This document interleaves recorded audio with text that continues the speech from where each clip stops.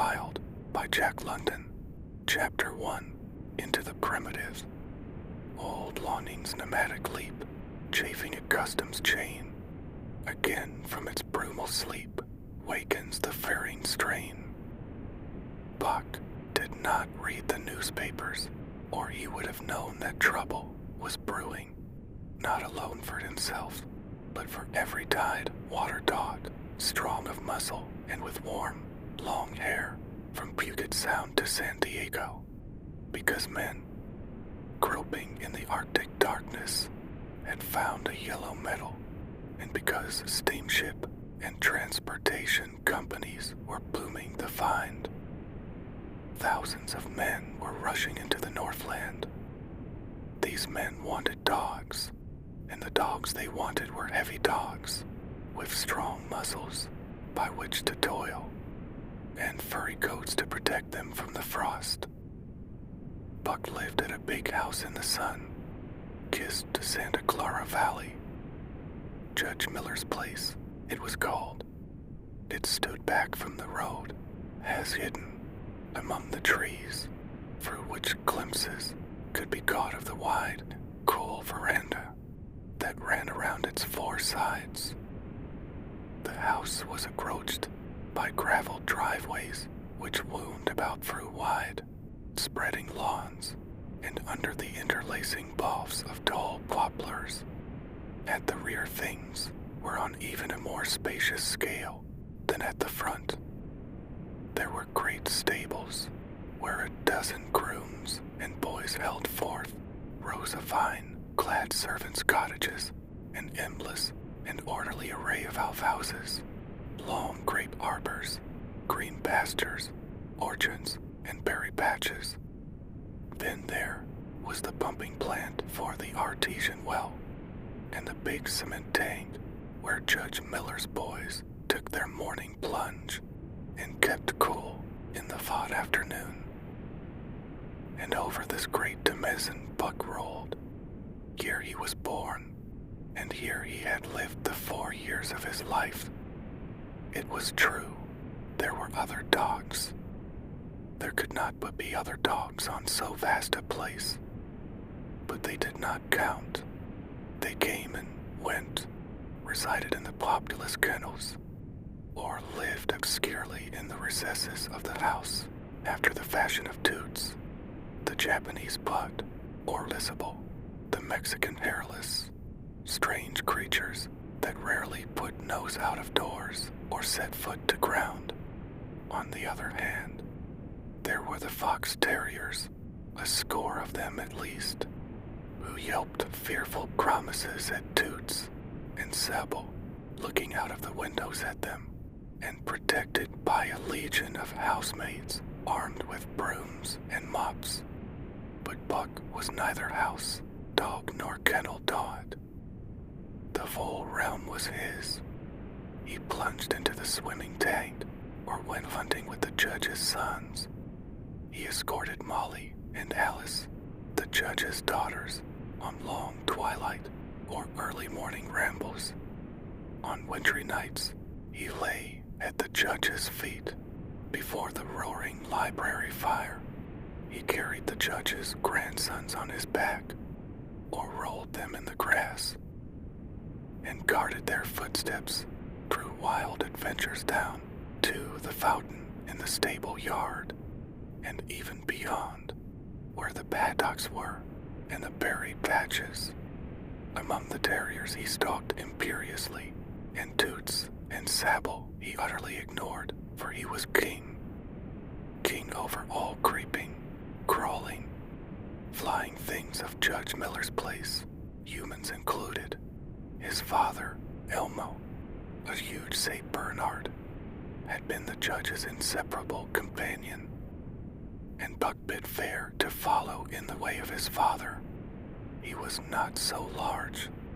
He weighed only 140 pounds, for his mother, Shep, had been a Scotch Shepherd dog. Nevertheless, 140 pounds, to which was added the dignity that comes of good living and universal respect, enabled him to carry himself in right royal fashion.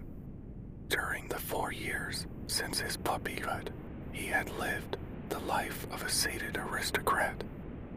He had a fine pride in himself, was even a trifle egotistical, as country gentlemen sometimes become because of their insular situation, but he had saved himself by not becoming a mere pampered house dog.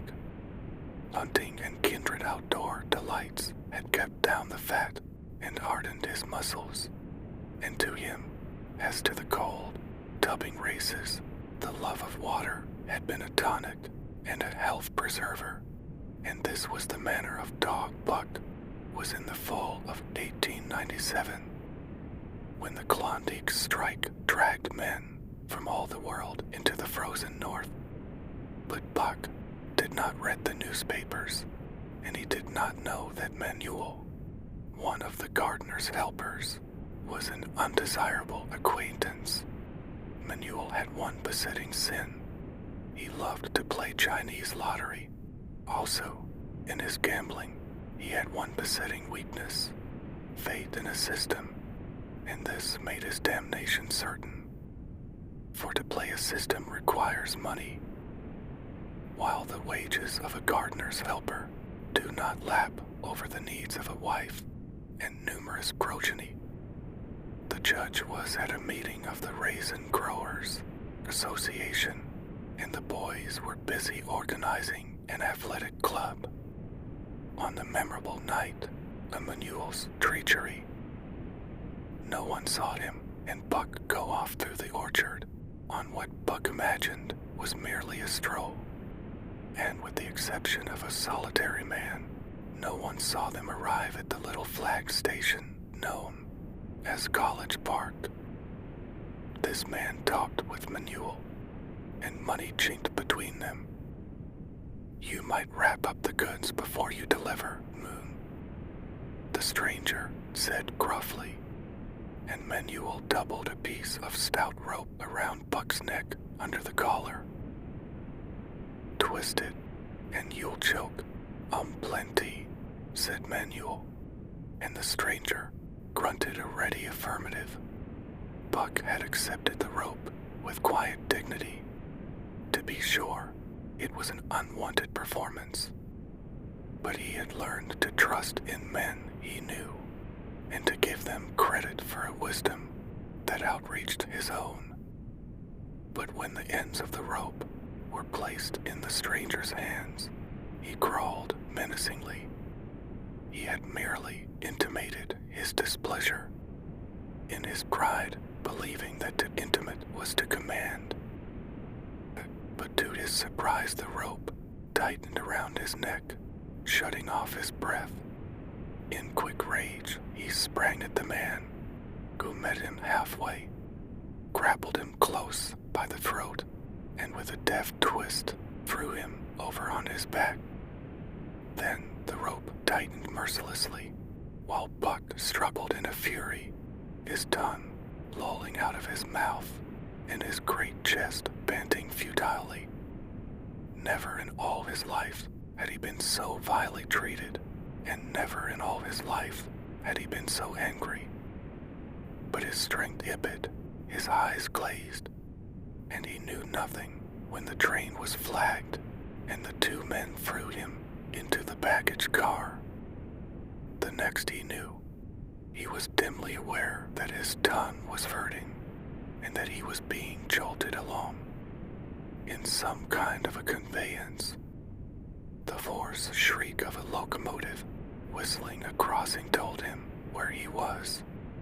He had traveled too often with the judge not to know the sensation of riding in a baggage car. He opened his eyes, and into them came the unbridled anger of a kidnapped king. The man sprang for his throat. The duck was too quick for him. His jaws closed on the hand, nor did they relax till his senses were choked out of him once more. "Yet, as fits," the man said, hiding his mangled hand from the baggageman, who had been attracted by the sounds of struggle. I'm taking a mop for the boss to Frisco. A crack doctor there thinks that he can cure Pellet. Concerning that night's ride, the man spoke most eloquently for himself in a little shed back of a saloon on the San Francisco waterfront. All I get is 50 for it, he grumbled, and I wouldn't do it over for 1,000, cold cash. His hand was wrapped in a bloody handkerchief, and the right trouser leg was ripped from knee to ankle. How much did the other mutt get? The saloon keeper demanded. 100, was the reply. Wouldn't take a sou less, so help me.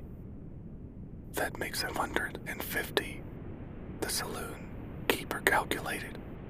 Gone, he's worth it, or I'm a squarehead. The kidnapper undid the bloody wrappings and looked at his lacerated hand. If I don't get the hydrophobia, it'll be because he was born to hang, laughed the saloon keeper. Cheer. Lend me a hand before you pull your freight, he added. Dazed, suffering intolerable pain from throat and tongue, with the life half throttled out of him, Buck attempted to face his tormentors, but he was thrown down and choked repeatedly, till they succeeded in filing the heavy brass collar from off his neck. Then the rope was removed, and he was flung into a cage-like crate. There he lay for the remainder of the weary night, nursing his wrath and wounded pride. He could not understand what it all meant. What did they want with him, these strange men? Why were they keeping him pent up in this narrow crate? He did not know why, but he felt oppressed by the vague sense of impending calamity. Several times during the night, he sprang to his feet when the shed door rattled open, expecting to see the judge, or the boys at least, but each time it was the bulging face of the saloon keeper that peered in at him by the sickly light of a tallow candle, and each time the joyful bark that trembled in Buck's throat was twisted into a savage crow. But the saloon keeper let him alone, and in the morning 4 men entered and picked up the crate. More tormentors, Buck decided, for they were evil-looking creatures, ragged and unkempt, and he stormed and raged at them through the bars. They only laughed and poked sticks at him, which he promptly assailed with his teeth, till he realized that that was what they wanted. Whereupon he lay down sullenly and allowed the crate to be lifted into a wagon. Then he, and the crate in which he was imprisoned, began a passage through many hands. Clerks in the express office took charge of him. He was carted about in another wagon. The truck carried him, with an assortment of boxes and parcels. Upon a ferry steamer, he was trucked off the steamer into a great railway depot, and finally he was deposited in an express car. For 2 days and nights, this express car was dragged along at the tail of shrieking locomotives, and for 2 days and nights Buck neither ate nor drank. In his anger, he had met the first advances of the express messengers with growls, and they had retaliated by teasing him. When he flung himself against the bars, quivering and frothing, they laughed at him and taunted him. They growled and barked like detestable dogs, mewed and flapped their arms and crowed. It was all very silly, he knew, but therefore the more outrage to his dignity, and his anger waxed and waxed. He did not mind the hunger so much, but the lack of water caused him severe suffering and fanned his wrath to fever pitch. For that matter, high-strung and finely sensitive, the ill treatment had flung him into a fever which was fed by the inflammation of his parched and swollen throat and tongue. He was glad for one thing. The rope was off his neck. That had given them an unfair advantage, but now that it was off, he would show them. They would never get another rope around his neck. Upon that he was resolved. For 2 days and nights he neither ate nor drank, and during those 2 days and nights of torment, he accumulated a fund of wrath that boded ill for whoever first fell full of him. His eyes turned blood-shot, and he was metamorphosed into a raging fiend. So changed was he that the judge himself would not have recognized him. And the express messengers grazed with relief when they bundled him off the train at Seattle. 4 men gingerly carried the crate from the wagon into a small, high-walled backyard. A stout man with a red sweater that sagged generously at the neck came out and signed the book for the driver.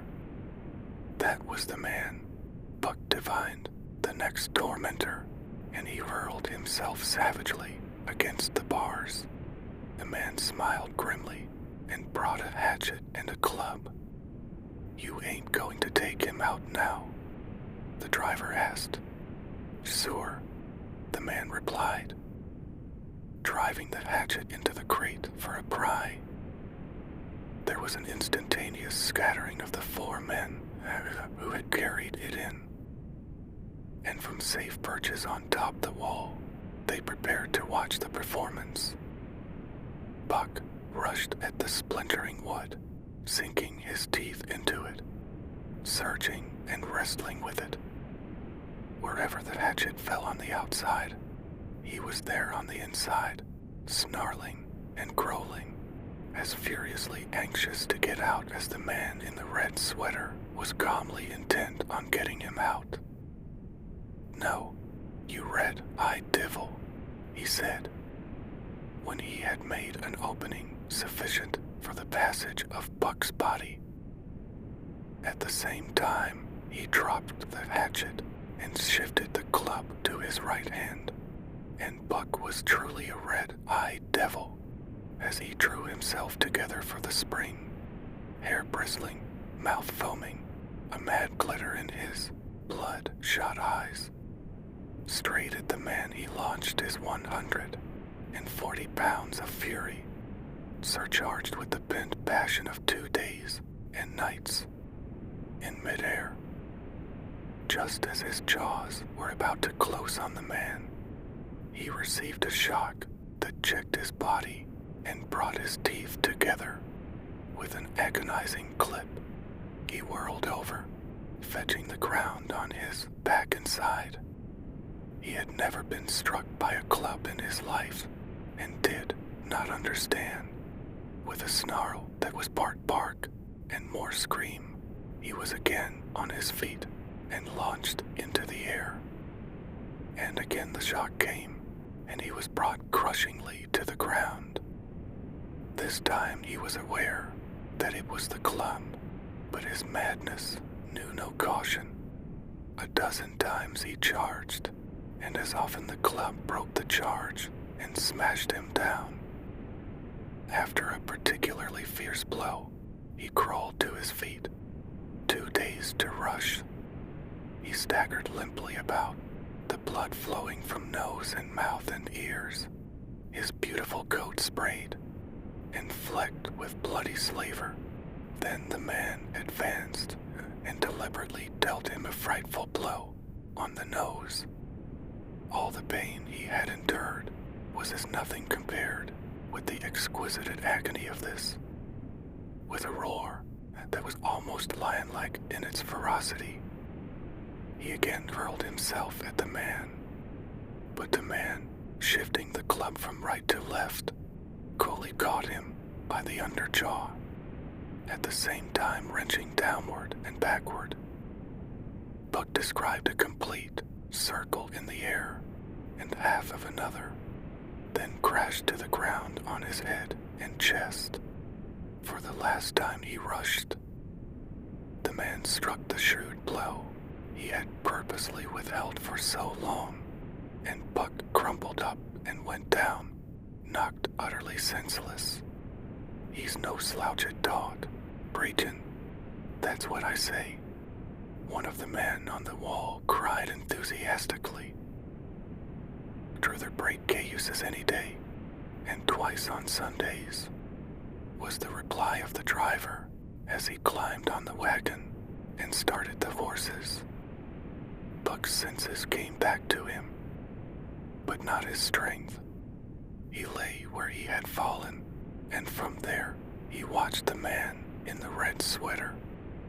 Answers to the name of Buck, the man soliloquized, quoting from the saloon keeper's letter, which had announced the consentment of the crate and contents. Well, my boy, he went on in a genial voice, we've had our little ruction, and the best thing we can do is to let it go at that. You've learned your place, and I know mine. Be a good dog, and all go well, and the goose hang by. Be a bad dog, and I'll whale the stuffing out of you. Understand? As he spoke, he fearlessly patted the head he had so mercilessly pounded, and though Buck's hair involuntarily bristled at touch of the hand, he endured it without protest. When the man brought him water, he drank eagerly, and later bolted a generous meal of raw meat, chunk by chunk, from the man's hand. He was beaten, he knew that, but he was not broken. He saw, once for all, that he stood no chance against a man with a club. He had learned the lesson, and in all his afterlife he never forgot it. That club was a revelation. It was his introduction to the reign of primitive law, and he met the introduction halfway. The facts of life took on a fiercer aspect, and while he faced that aspect uncowed, he faced it with all the latent cunning of his nature aroused.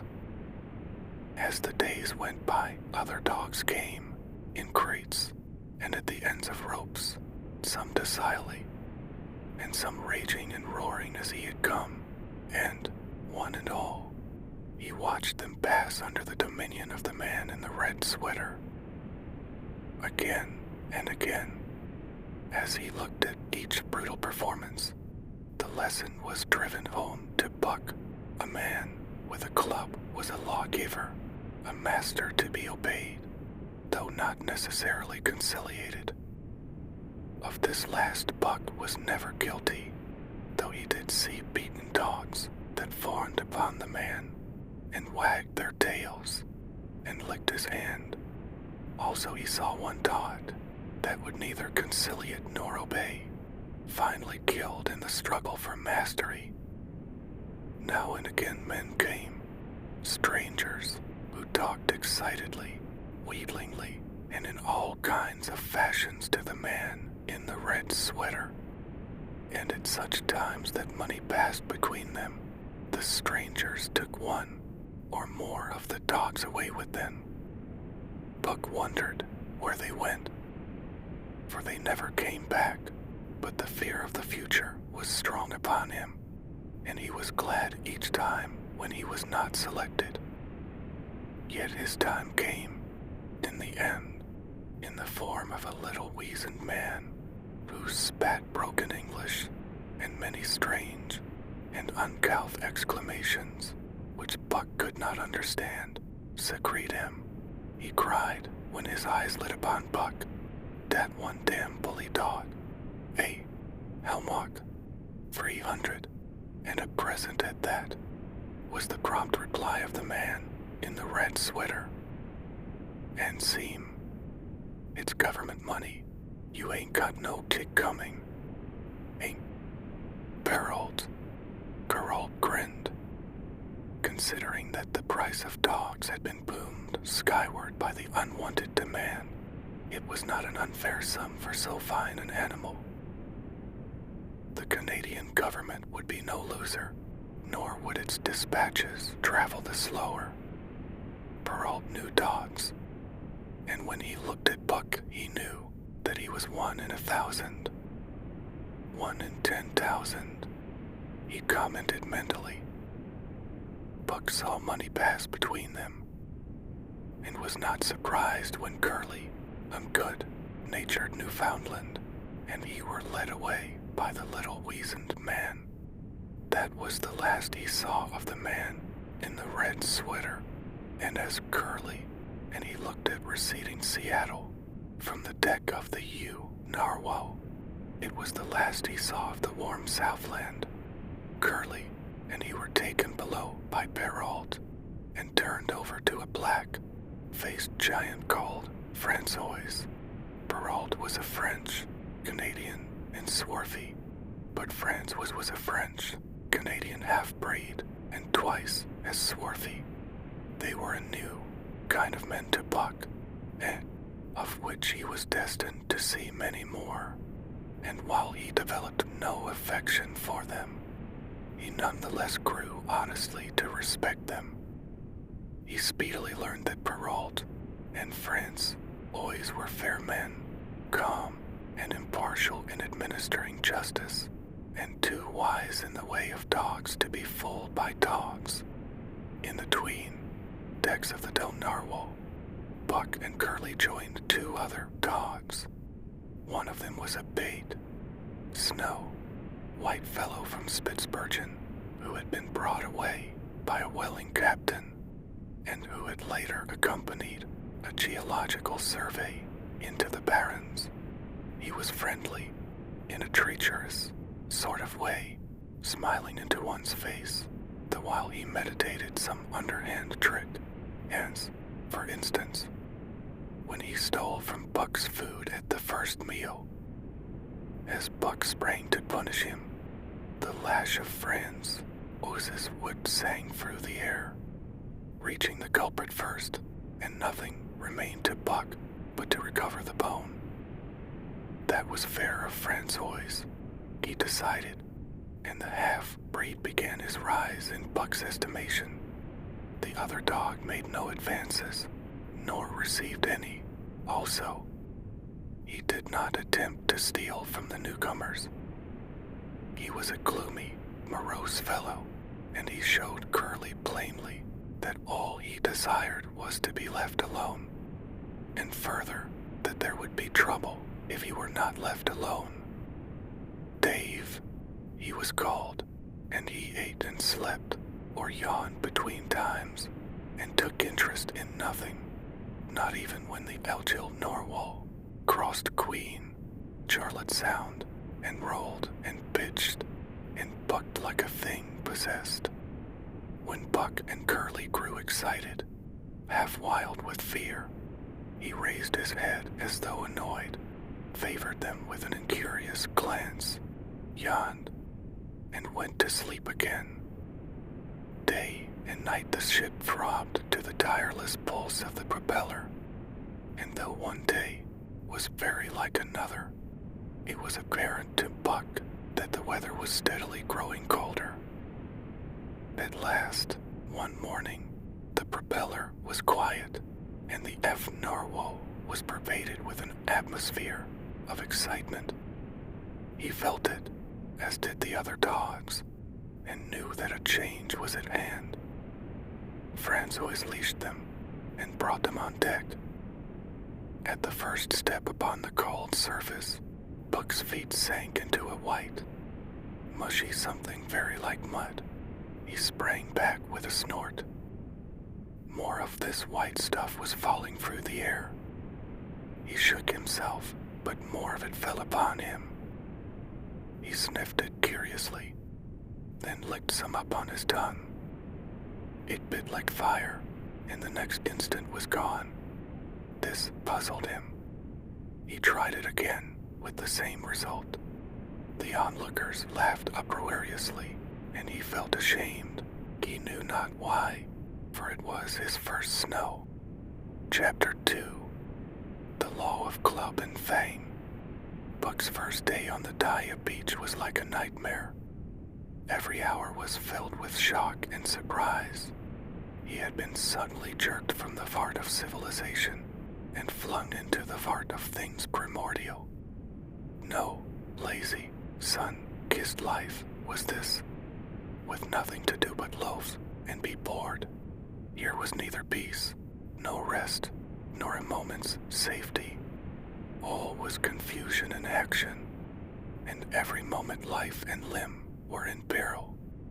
There was imperative need to be constantly alert, for these dogs and men were not town dogs and men. They were savages, all of them, who knew no law but the law of club and fang. He had never seen dogs fight as these wolfish creatures fought, and his first experience taught him an unforgettable lesson. It is true, it was a vicarious experience, else he would not have lived to profit by it. Curly was the victim. They were camped near the log store, where she, in her friendly way, made advances to a husky dog the size of a full-grown wolf, though not half so large as she. There was no warning, only a leap in like a flash, a metallic clip of teeth, a leap out, equally swift, and Curly's face was ripped open from eye to jaw. It was the wolf manner of fighting, to strike and leap away, but there was more to it than this. 30 or 40 huskies ran to the spot and surrounded the combatants in an intent and silent circle. Buck did not comprehend that silent intentness, nor the eager way with which they were licking their chops. Curly rushed her antagonist, who struck again and leaped aside. He met her next rush with his chest, in a peculiar fashion that tumbled her off her feet. She never regained them. This was what the onlooking huskies had waited for. They closed in upon her, snarling and yelping, and she was buried, screaming with agony, beneath the bristling mass of bodies. So sudden was it, and so unexpected, that Buck was taken aback. He saw Spitz run out his scarlet tongue in a way he had of laughing, and he saw Francois, swinging an axe, spring into the mess of dogs. 3 men with clubs were helping him to scatter them. It did not take long. 2 minutes from the time Curly went down, the last of her assailants were clubbed off, but she lay there limp and lifeless in the bloody, trampled snow, almost literally torn to pieces, the sword half, Breed standing over her and cursing horribly. The scene often came back to Buck to trouble him in his sleep. So that was the way. No fair play. Once down, that was the end of you. Well, he would see to it that he never went down. Spitz ran out his tongue and laughed again. And from that moment, Buck hated him with a bitter and deathless hatred. Before he had recovered from the shock caused by the tragic passing of Curly, he received another shock. Franz always fastened upon him an arrangement of straps and buckles.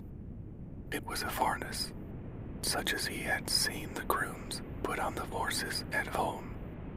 And as he had seen horses work, so he was set to work, hauling Franz always on a sled to the forest that fringed the valley, and returning with a load of firewood. Though his dignity was sorely hurt by thus being made a draught animal, he was too wise to rebel. He buckled down with a will and did his best, though it was all new and strange.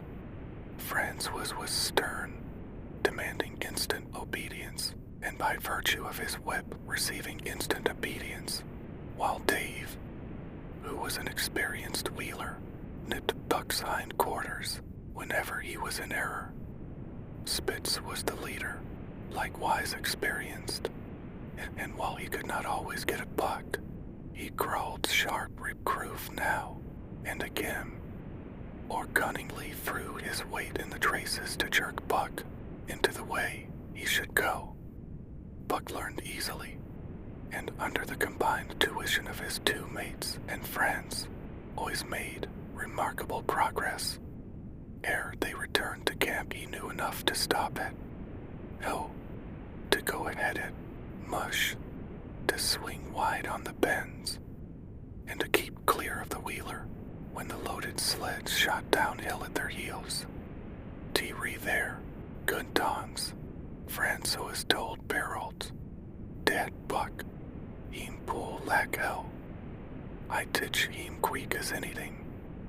By afternoon, Barrels, who was in a hurry to be on the trail with his dispatches, returned with two more dogs, Billy and Joe. He called them two brothers and true huskies both, sons of the one mother though they were. They were as different as day and night. Billy's one fault was his excessive good nature, while Joe was the very opposite, sour and introspective, with a perpetual snarl and a malignant eye. Buck received them in comradely fashion. Dave ignored them, while Spitz proceeded to thrash first one and then the other. Billy wagged his tail appeasingly, turned to run when he saw that appeasement was of no avail, and cried, still appeasingly, when Spitz's sharp teeth scored his flank. But no matter how Spitz circled, Joe whirled around on his heels to face him, men bristling, ears laid back, lips writhing and snarling, jaws clipping together as fast as he could snap, and eyes diabolically gleaming, the incarnation of belligerent fear. So terrible was his appearance that Spitz was forced to forego disciplining him, but to cover his own discomfiture, he turned upon the inoffensive and wailing Billy and drove him to the confines of the camp. By evening, Perrault secured another dog, an old husky, long and lean and gaunt, with a battle-scared face and a single eye which flashed a warning of prowess that commanded respect. He was called Soul, Lex, which means the angry one. Like Dave, he asked nothing, gave nothing, expected nothing, and when he marched slowly and deliberately into their midst, even Spitz left him alone. He had one peculiarity, which Buck was unlucky enough to discover. He did not like to be approached on his blind side. Of this offense Buck was unwittingly guilty, and the first knowledge he had of his indiscretion was when Soul, Lex, whirled upon him and slashed his shoulder to the bone for 3 inches up and down. Forever after Buck avoided his blind side, and to the last of their comradeship had no more trouble. His only apparent ambition, like Dave's, was to be left alone, though, as Buck was afterward to learn, each of them possessed one other, and even more vital ambition. That night Buck faced the great problem of sleeping. The tent, illumined by a candle, glowed warmly in the midst of the white plain, and when she, as a matter of course, entered it, both Perrault and friends was bombarded him with curses and cooking utensils, till he recovered from his consternation and fled ignominiously into the outer cold. A chill wind was blowing that nipped him sharply and bit with a special venom into his wounded shoulder. He lay down on the snow and attempted to sleep, but the frost soon drove him shivering to his feet.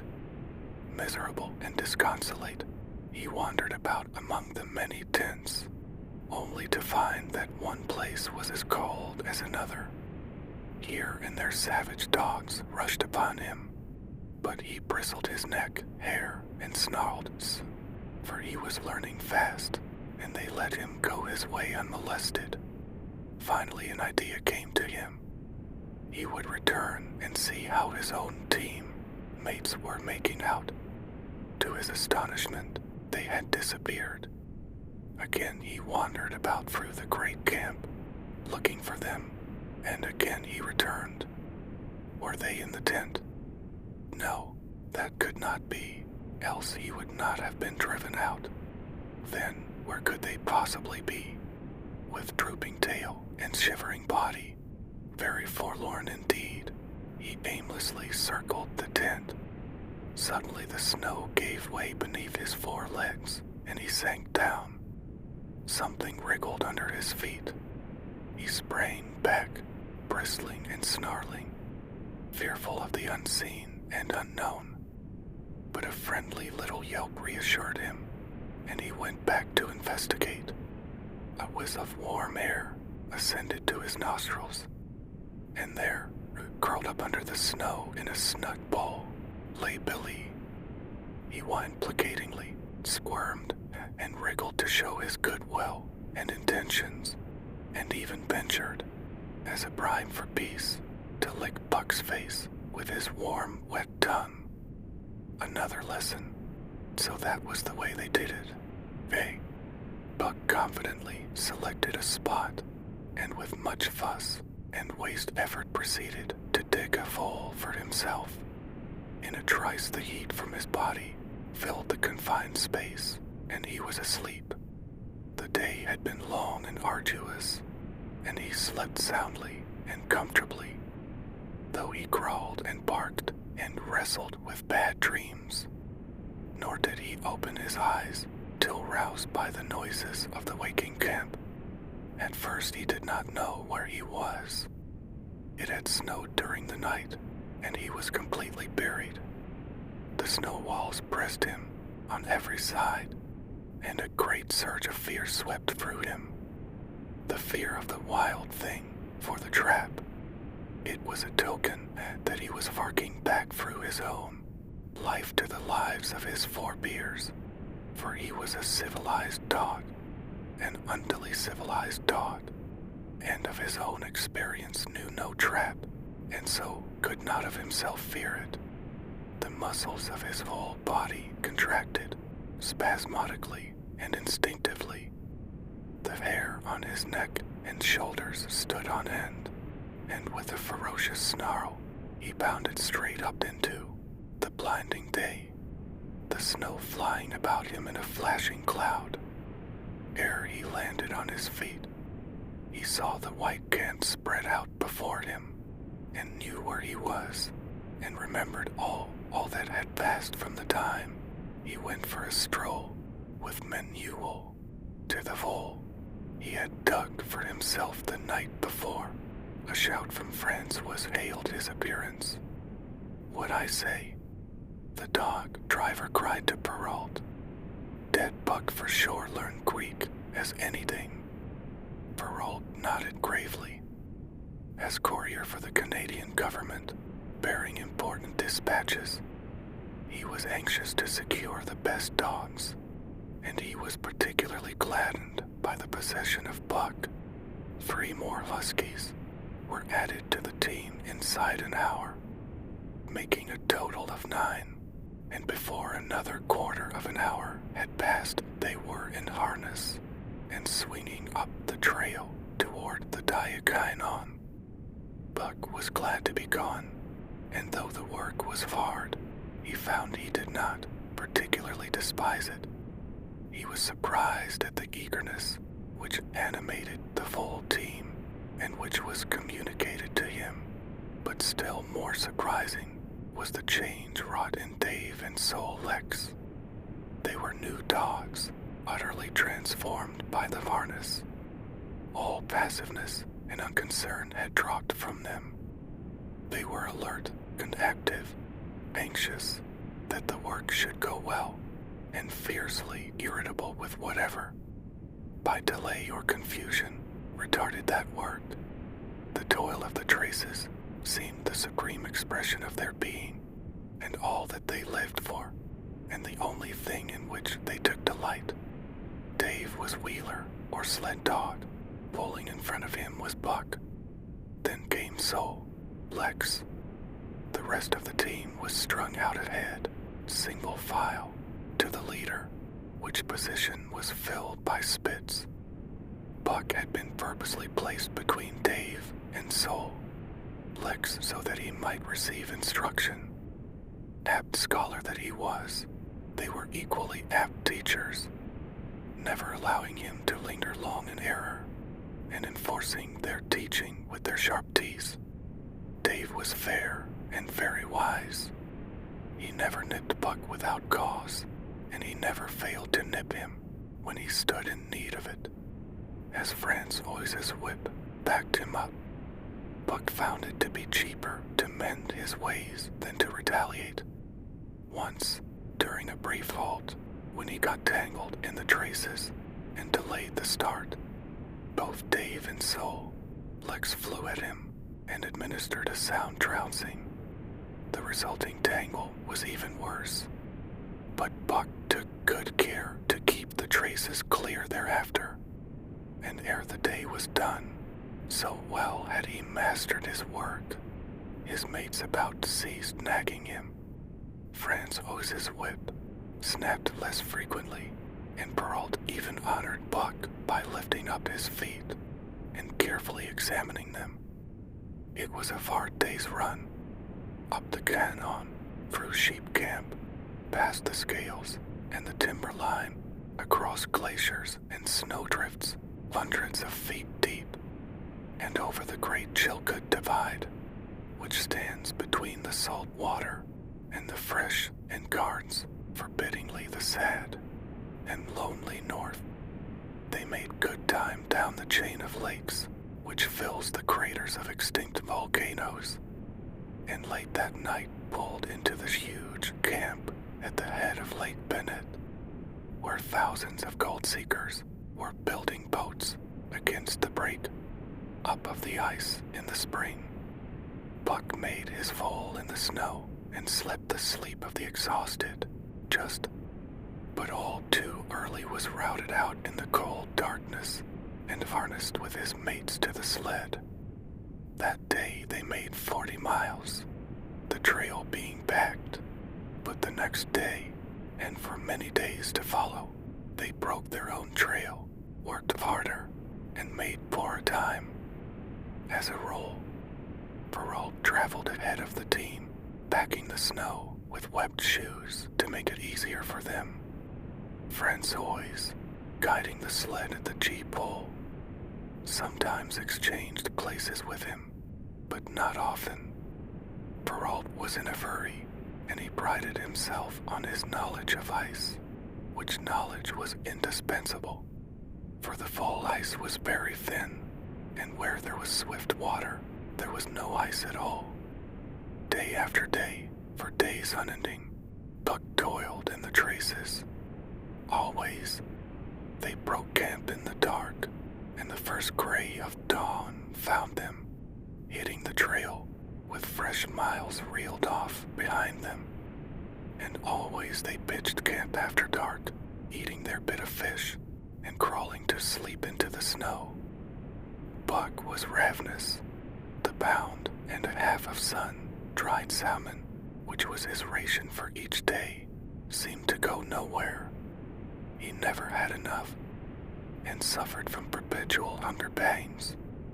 Yet the other dogs, because they weighed less and were born to the life, received a pound only of the fish and managed to keep in good condition.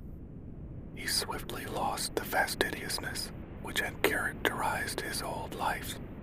A dainty eater, he found that his mates, finishing first, robbed him of his unfinished ration. There was no defending it. While he was fighting off 2 or 3, it was disappearing down the throats of the others. To remedy this, he ate as fast as they, and so greatly did hunger compel him, he was not above taking what did not belong to him. He watched and learned. When he saw Pike, one of the new dogs, a clever malingerer and thief, slyly steal a slice of bacon. When Beralt's back was turned, he duplicated the performance the following day, getting away with the full chunk. A great uproar was raised, but he was unsuspected, while Dub, an awkward blunderer who was always getting caught, was punished for Buck's misdeed. This first theft marked Buck as fit to survive in the hostile Northland environment. It marked his adaptability, his capacity to adjust himself to changing conditions, the lack of which would have meant swift and terrible death. It marked, further, the decay or going to pieces of his moral nature, a vain thing and a handicap in the ruthless struggle for existence. It was all well enough in the Southland, under the law of love and fellowship, to respect private property and personal feelings, but in the Northland, under the law of club and fame, whoso took such things into account was a fool, and in so far as he observed them, he would fail to prosper. Not that Buck reasoned it out. He was fit, that was all, and unconsciously he accommodated himself to the new mode of life. All his days, no matter what the odds, he had never run from a fight, but the club of the man in the red sweater had beaten into him a more fundamental and primitive code. Civilized, he could have died for a moral consideration, say the defense of Judge Miller's writing, wit, but the completeness of his decivilization was now evidenced by his ability to flee from the defense of a moral consideration, and so save his hide. He did not steal for joy of it, but because of the clamor of his stomach. He did not rob openly, but stole secretly and cunningly, out of respect for club and fame. In short, the things he did were done because it was easier to do them than not to do them. His development or retrogression was rapid. His muscles became hard as iron, and he grew callous to all ordinary pain. He achieved an internal as well as external economy. He could eat anything, no matter how loathsome or indigestible, and, once eaten, the juices of his stomach extracted the least particle of nutriment, and his blood carried it to the farthest reaches of his body, building it into the toughest and stoutest of tissues. Sight and scent became remarkably keen, while his hearing developed such acuteness that in his sleep he heard the faintest sound and knew whether it heralded peace or peril. He learned to bite the ice out with his teeth when it collected between his toes, and when he was thirsty and there was a thick scum of ice over the waterfall, he would break it by rearing and striking it with stiff forelegs. His most conspicuous trait was an ability to scent the wind and forecast it a night in advance. No matter how breathless the air, when he dug his nest by tree or bank, the wind that later blew inevitably found him to leeward, sheltered and snug. And not only did he learn by experience, but instincts long dead became alive again. The domesticated generations fell from him in vague ways. He remembered back to the youth of the breed, to the time the wild dogs ranged in packs through the primeval forest and killed their meat as they ran it down. It was no task for him to learn to fight with cut and slash and the quick wolf snap. In this manner had fought forgotten ancestors. They quickened the old life within him, and the old tricks which they had stamped into the heredity of the breed were his tricks. They came to him without effort or discovery, as though they had been his always. And when, On the still cold nights, he pointed his nose at a star and howled long and wolf-like. It was his ancestors, dead and dust, pointing nose at star and howling down through the centuries and through him. And his cadences were their cadences, the cadences which voiced their woe, and what to them was the meaning of the stiffness and the cold and dark. Thus, as token of what a puppet thing life is, the ancient song surged through him, and he came into his own again. And he came because men had found a yellow metal in the north, and because Manuel was a gardener's helper whose wages did not lap over the needs of his wife and divers small copies of himself. Chapter 3. The Dominant Primordial Beast. The dominant primordial beast was strong in buck, and under the fierce conditions of trail life it grew and grew. Yet it was a secret growth. His newborn cunning gave him poise and control. He was too busy adjusting himself to the new life to feel at ease. And not only did he not pick fights, but he avoided them whenever possible. A certain deliberateness characterized his attitude.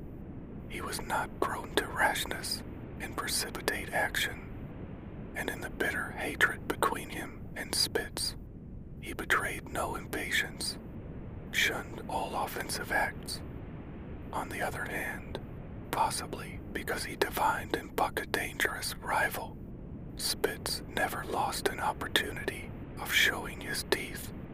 He even went out of his way to bully Buck, striving constantly to start the fight, which could end only in the death of one or the other. Early in the trip, this might have taken place had it not been for an unwanted accident. At the end of this day, they made a bleak and miserable camp on the shore of Lake Labarge. Driving snow, a wind that cut like a white, hot knife, and darkness had forced them to grope for a camping place. They could hardly have fared worse. At their backs rose a perpendicular wall of rock, and Berald and Franz boys were compelled to make their fire and spread their sleeping robes on the ice of the lake itself. The tent they had discarded at Daya in order to travel light. A few sticks of driftwood furnished them with a fire that thawed down through the ice and left them to eat supper in the dark. Close in under the sheltering rock, Buck made his nest. So snug and warm was it that he was loath to leave it when Franza was distributed the fish which he had first thawed over the fire. But when Buck finished his ration and returned, he found his nest occupied. A warning snarl told him that the trespasser was Spitz. Till now Buck had avoided trouble with his enemy, but this was too much. The beast in him roared.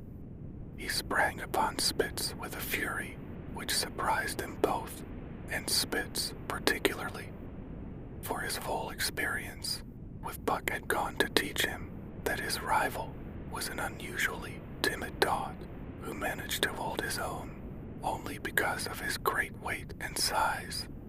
Francois was surprised, too, when they shot out in a tangle from the disrupted nest, and he divined the cause of the trouble.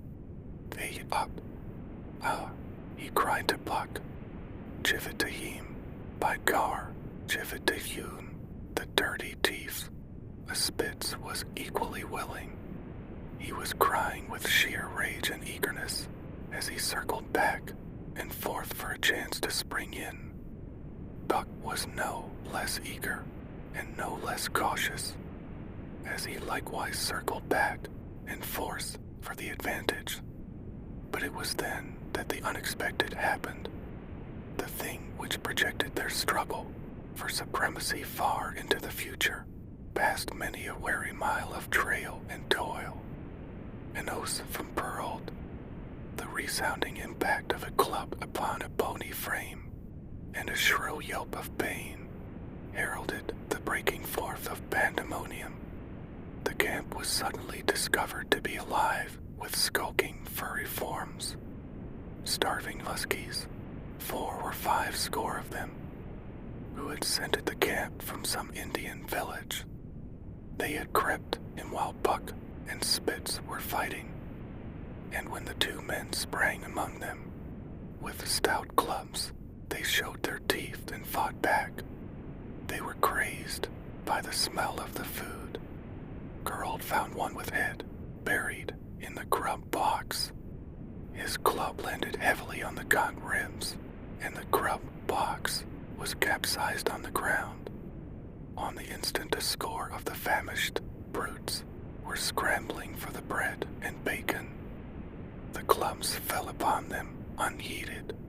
They yelped and howled under the rain of blows, but struggled none the less madly till the last crumb had been devoured. In the meantime, the astonished team dogs had burst out of their nests, only to be set upon by the fierce invaders. Never had Buck seen such dogs. It seemed as though their bones would burst through their skins. They were mere skeletons, draped loosely in draggled hides, with blazing eyes and slavered fangs. But the hunger, madness made them terrifying, irresistible. There was no opposing them. The team dogs were swept back against the cliff at the first onset. Buck was beset by 3 huskies, and in a trice his head and shoulders were ripped and slashed. The din was frightful. Billy was crying as usual. Dave and Sol, Lex, dripping blood from a score of wounds, were fighting bravely side by side. Joe was snapping like a demon. Once, his teeth closed on the foreleg of a husky, and he crunched down through the bone. Pike, the malingerer, leaped upon the crippled animal, breaking its neck with a quick flash of teeth and a jerk. Buck got a frothing adversary by the throat and was sprayed with blood when his teeth sank through the jugular. The warm taste of it in his mouth goaded him to greater fierceness. He flung himself upon another, and at the same time felt teeth sink into his own throat. It was Spitz, treacherously attacking from the side. Perrault and Franz Oys, having cleaned out their part of the camp, hurried to save their sled dogs. The wild wave of famished beasts rolled back before them, and Buck shook himself free. But it was only for a moment. The 2 men were compelled to run back to save the grub, upon which the huskies returned to the attack on the team. Billy, terrified into bravery, sprang through the savage circle and fled away over the ice. Pike and Dub followed on his heels, with the rest of the team behind. As Buck drew himself together to spring after them, out of the tail of his eye, he saw Spitz rush upon him with the evident intention of overthrowing him. Once off his feet and under that mass of huskies, there was no hope for him. But he braced himself to the shock of Spitz's charge, then joined the flight out on the lake.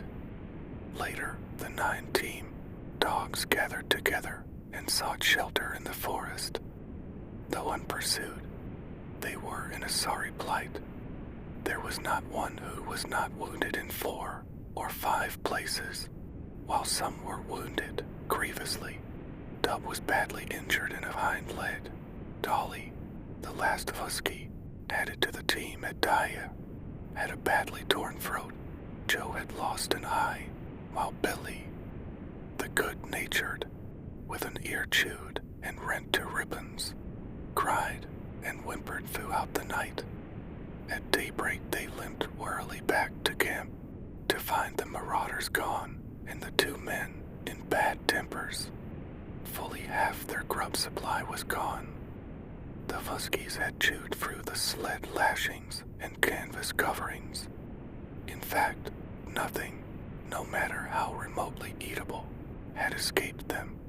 They had eaten a pair of Beryl's moose, hide moccasins, chunks out of the leather traces, and even 2 feet of lash from the end of France was his whip. He broke from a mournful contemplation of it to look over his wounded dogs. My friends, he said softly, knitted make you mad dot. Those many bites, mebble mad dog sacredem. What you think, a Beryl?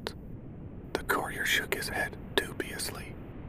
With 400 miles of trail still between him and Dawson, he could ill afford to have madness break out among his dogs. 2 hours of cursing and exertion got the harnesses into shape, and the wound, stiffened team was underway, struggling painfully over the farthest part of the trail they had yet encountered, and for that matter, the farthest between them and Dawson. The 30-mile river was wide open. Its wild water defied the frost, and it was in the eddies only, and in the quiet places that the ice held at all. 6 days of exhausting toil were required to cover those 30 terrible miles, and terrible they were, for every foot of them was accomplished at the risk of life to dog and man. 12 times, Beryl, nosing the way, broke through the ice bridges, being saved by the long pole he carried, which he so held that it fell each time across the fall made by his body. But a cold snap was on, the thermometer registering 50 below zero, and each time he broke through, he was compelled for very life to build a fire and dry his garments. Nothing daunted him.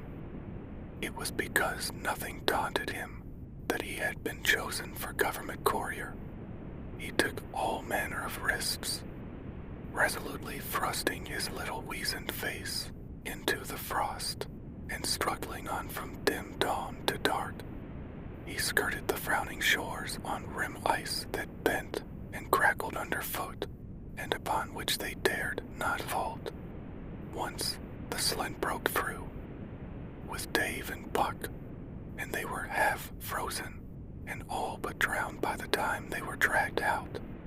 The usual fire was necessary to save them. They were coated solidly with ice, and the 2 men kept them on the run around the fire, sweating and soughing, so close that they were singed by the flames. At another time, Spitz went through, dragging the full team after him up to Buck, who strained backward with all his strength, his 4 paws on the slippery edge, and the ice quivering and snapping all around. But behind him was Dave, likewise straining backward, and behind the sled was Francis, who was pulling till his tendons cracked. Again, the rim ice broke away before and behind, and there was no escape except up the cliffs. Perrault scaled it by a miracle, while Francois prayed for just that miracle, and with every thong and sled lashing and the last bit of harness rove into a long rope, the dogs were hoisted, one by one, to the cliff crest. Francis came up last, after the sled and load. Then came the search for a place to descend, which descent was ultimately made by the aid of the rope, and night found them back on the river with 1/4 mile to the day's credit. By the time they made the Voodoo-Lingua and good ice, Buck was played out. The rest of the dogs were in like condition, but Beryl, to make up lost time, pushed them late and early. The first day they covered 30, 5 miles to the Big Salmon. The next day 30, 5 more to the Little Salmon. The third day 40 miles, which brought them well up toward the 5 Fingers. Buck's feet were not so compact and hard as the feet of the Huskies.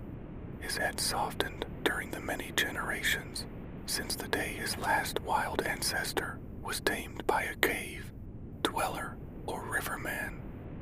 All day long he limped in agony, and camp once made, lay down like a dead dog. Hungry as he was, he would not move to receive his ration of fish, which friends always had to bring to him. Also, the dog driver rubbed Buck's feet for half an hour each night after supper, and sacrificed the tops of his own moccasins to make 4 moccasins for Buck.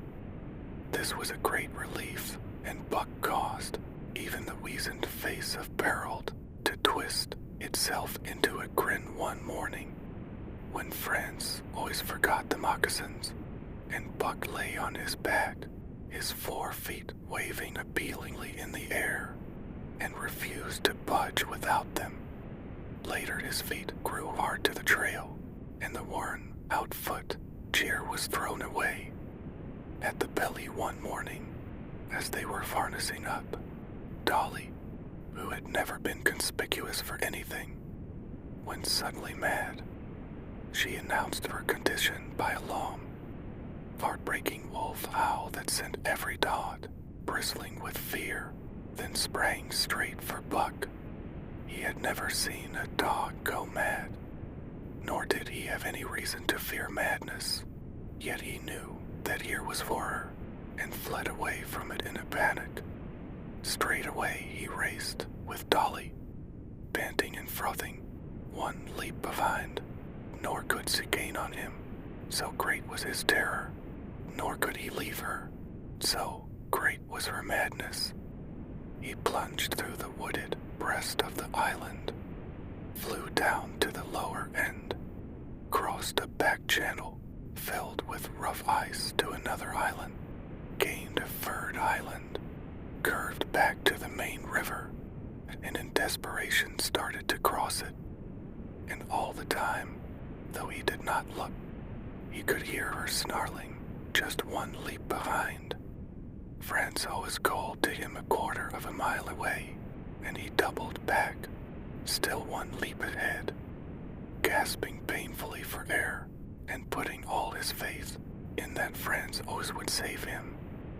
The dog driver held the axe poised in his hand, and as Buck shot past him, the axe crashed down upon Mad Dolly's head. Buck staggered over against the sled, exhausted, sobbing for breath, helpless.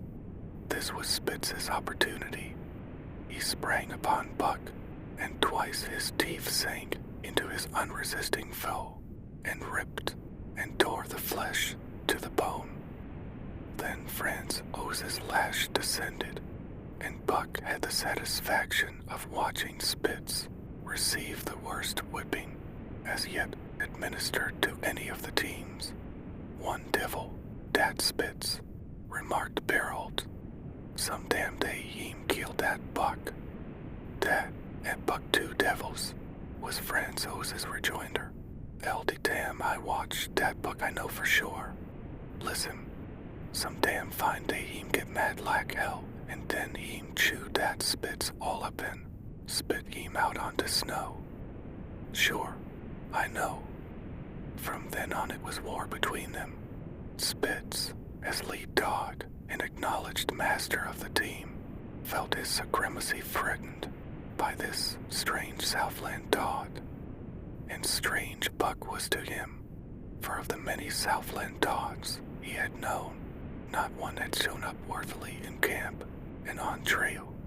They were all too soft, dying under the toil, the frost, and starvation. Buck was the exception. He alone endured and prospered, matching the husky in strength, savagery, and cunning. Then he was a masterful dog, and what made him dangerous was the fact that the club of the man in the red sweater had knocked all blind pluck and rashness out of his desire for mastery. He was preeminently cunning and could bide his time with a patience that that was nothing less than primitive. It was inevitable that the clash for leadership should come. Buck wanted it.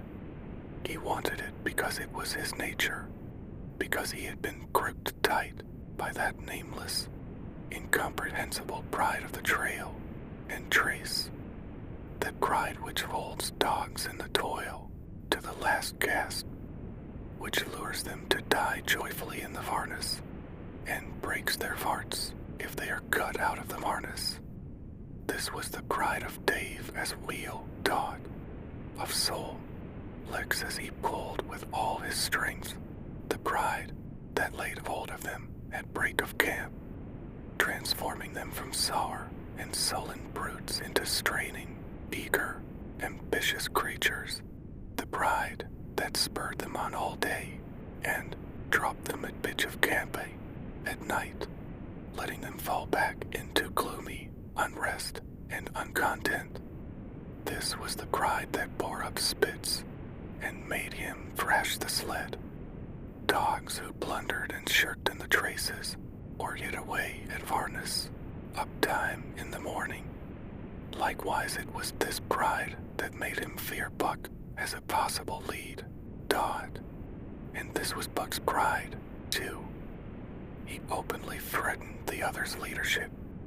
He came between him and the shirks he should have punished, and he did it deliberately.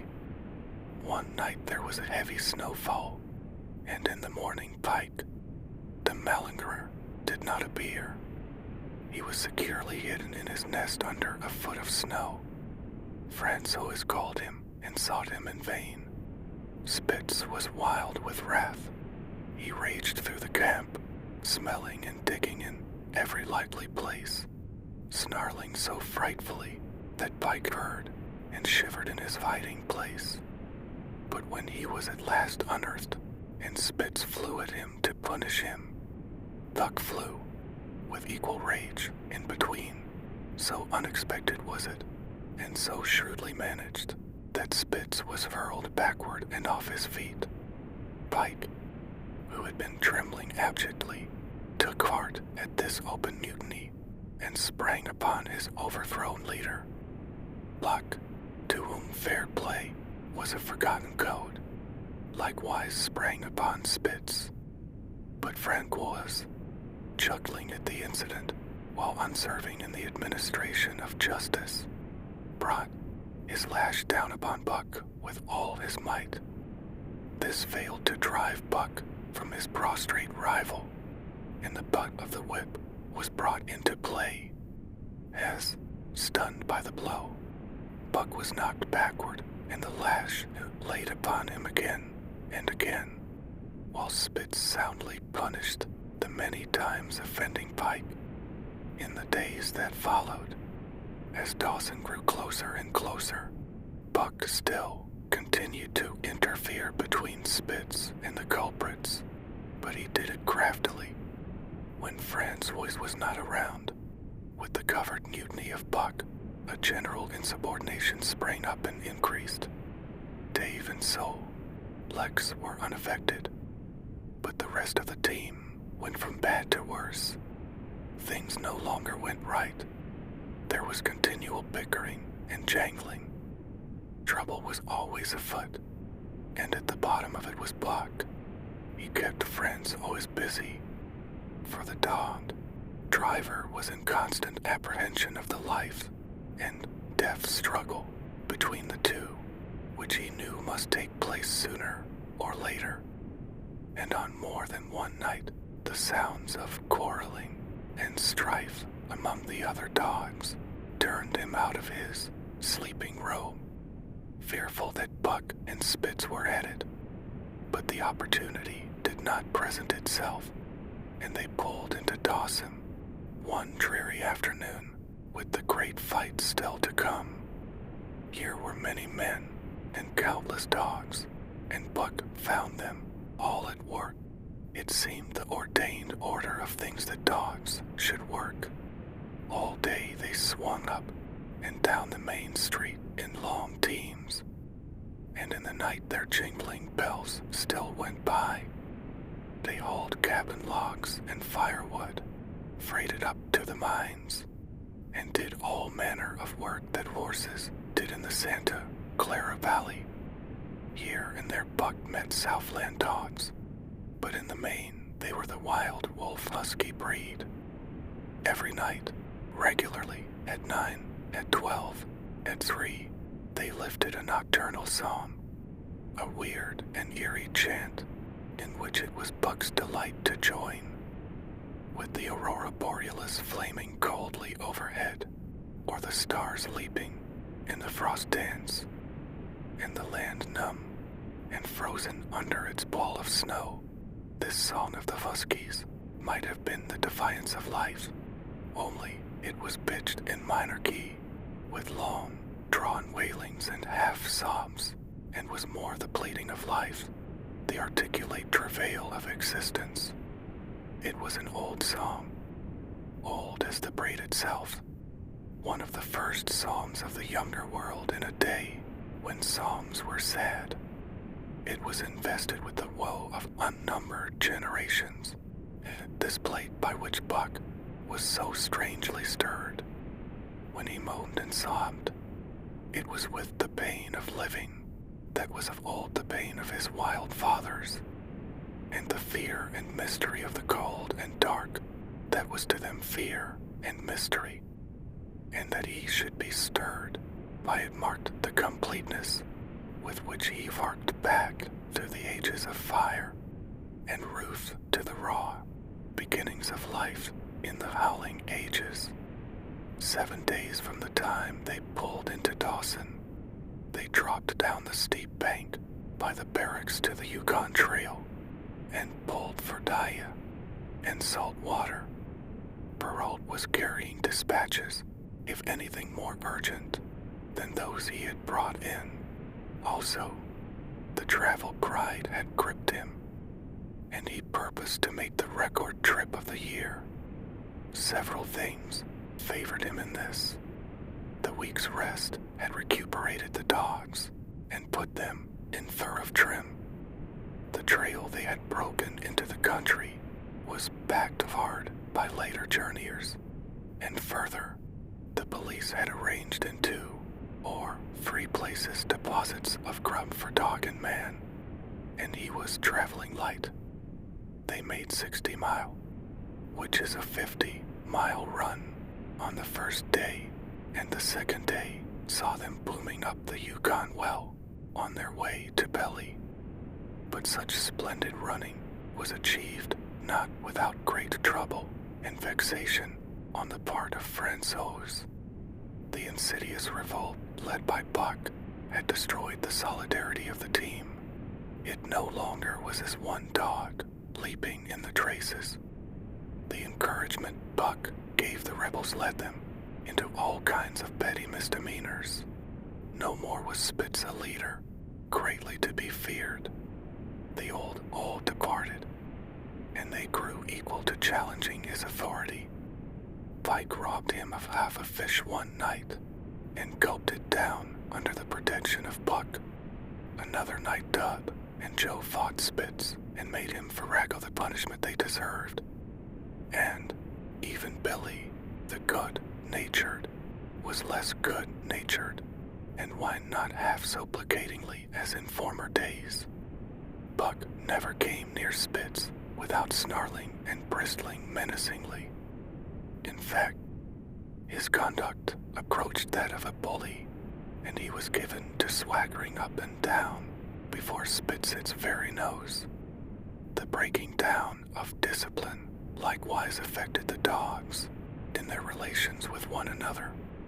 They quarreled and bickered more than ever among themselves, till at times the camp was a howling bedlam. Dave and Soul, Lex alone, were unaltered, though they were made irritable by the unending squabbling. Francois swore strange barbarous oaths, and stamped the snow in futile rage, and tore his hair.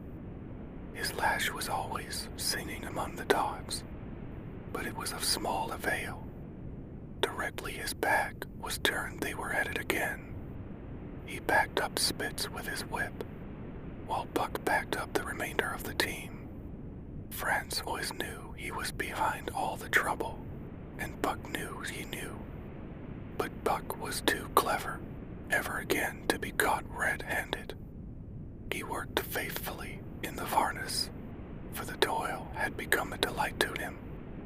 Yet it was a greater delight slyly to precipitate a fight amongst his mates and tangle the traces. At the mouth of the Tahkeena, one night after supper, Dub turned up a snowshoe rabbit, blundered it, and missed. In a second the whole team was in full cry. 100 yards away was a camp of the Northwest Police, with 50 Toms, huskies all, who joined the chase. The rabbit sped down the river, turned off into a small creek, up the frozen bed of which it held steadily.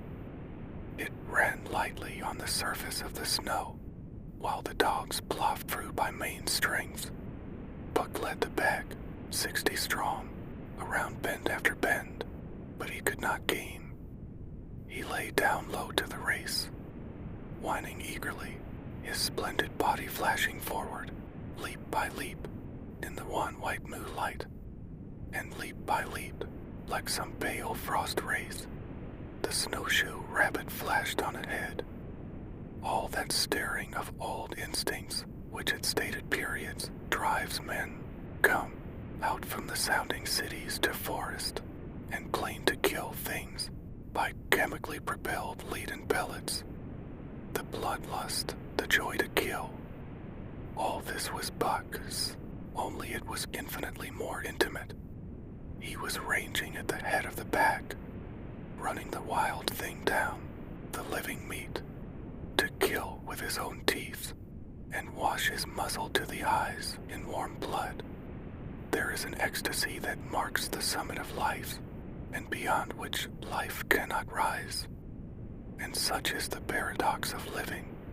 This ecstasy comes when one is most alive, and it comes as a complete forgetfulness that one is alive. This ecstasy, this forgetfulness of living, comes to the artist, caught up and out of himself in a sheet of flame. It comes to the soldier, war, mad on a stricken field, and refusing quarter.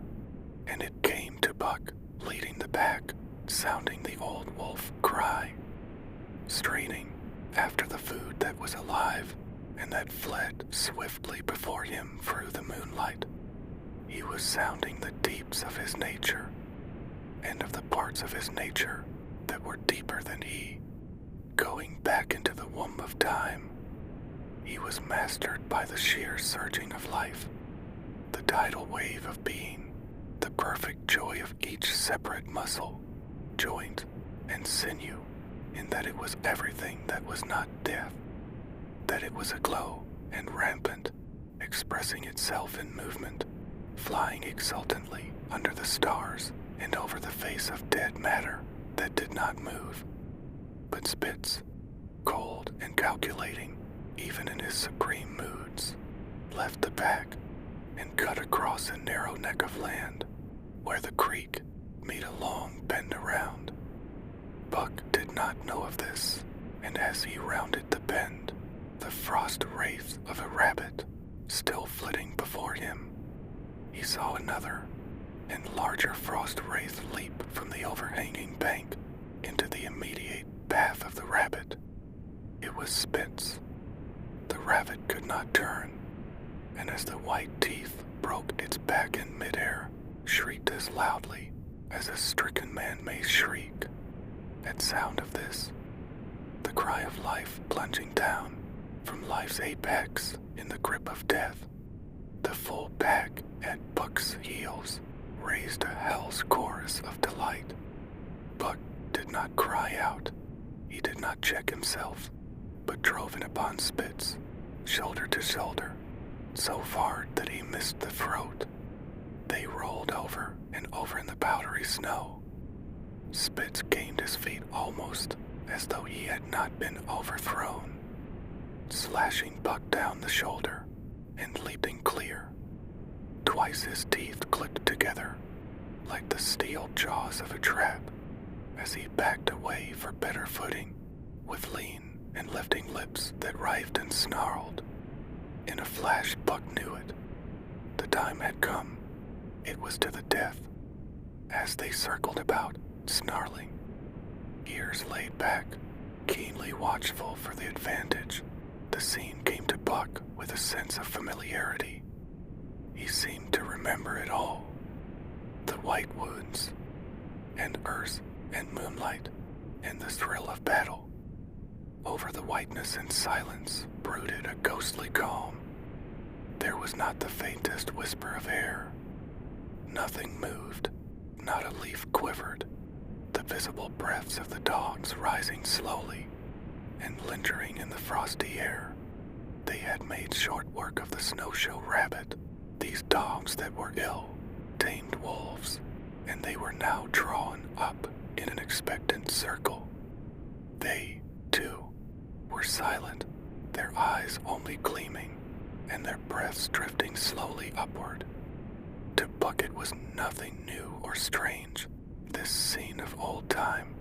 It was as though it had always been, the wanted way of things. Spitz was a practiced fighter.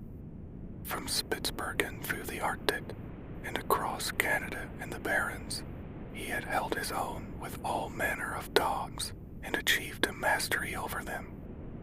Bitter rage was his, but never blind rage. In passion to rend and destroy, he never forgot that his enemy was in like passion to rend and destroy. He never rushed till he was prepared to receive a rush, never attacked till he had first defended that attack. In vain Buck strove to sink his teeth in the neck of Big White Dot.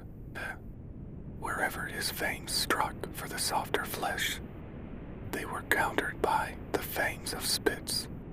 Fang clashed fang, and lips were cut and bleeding, but Buck could not penetrate his enemy's guard. Then he warmed up and enveloped Spitz in a whirlwind of rushes.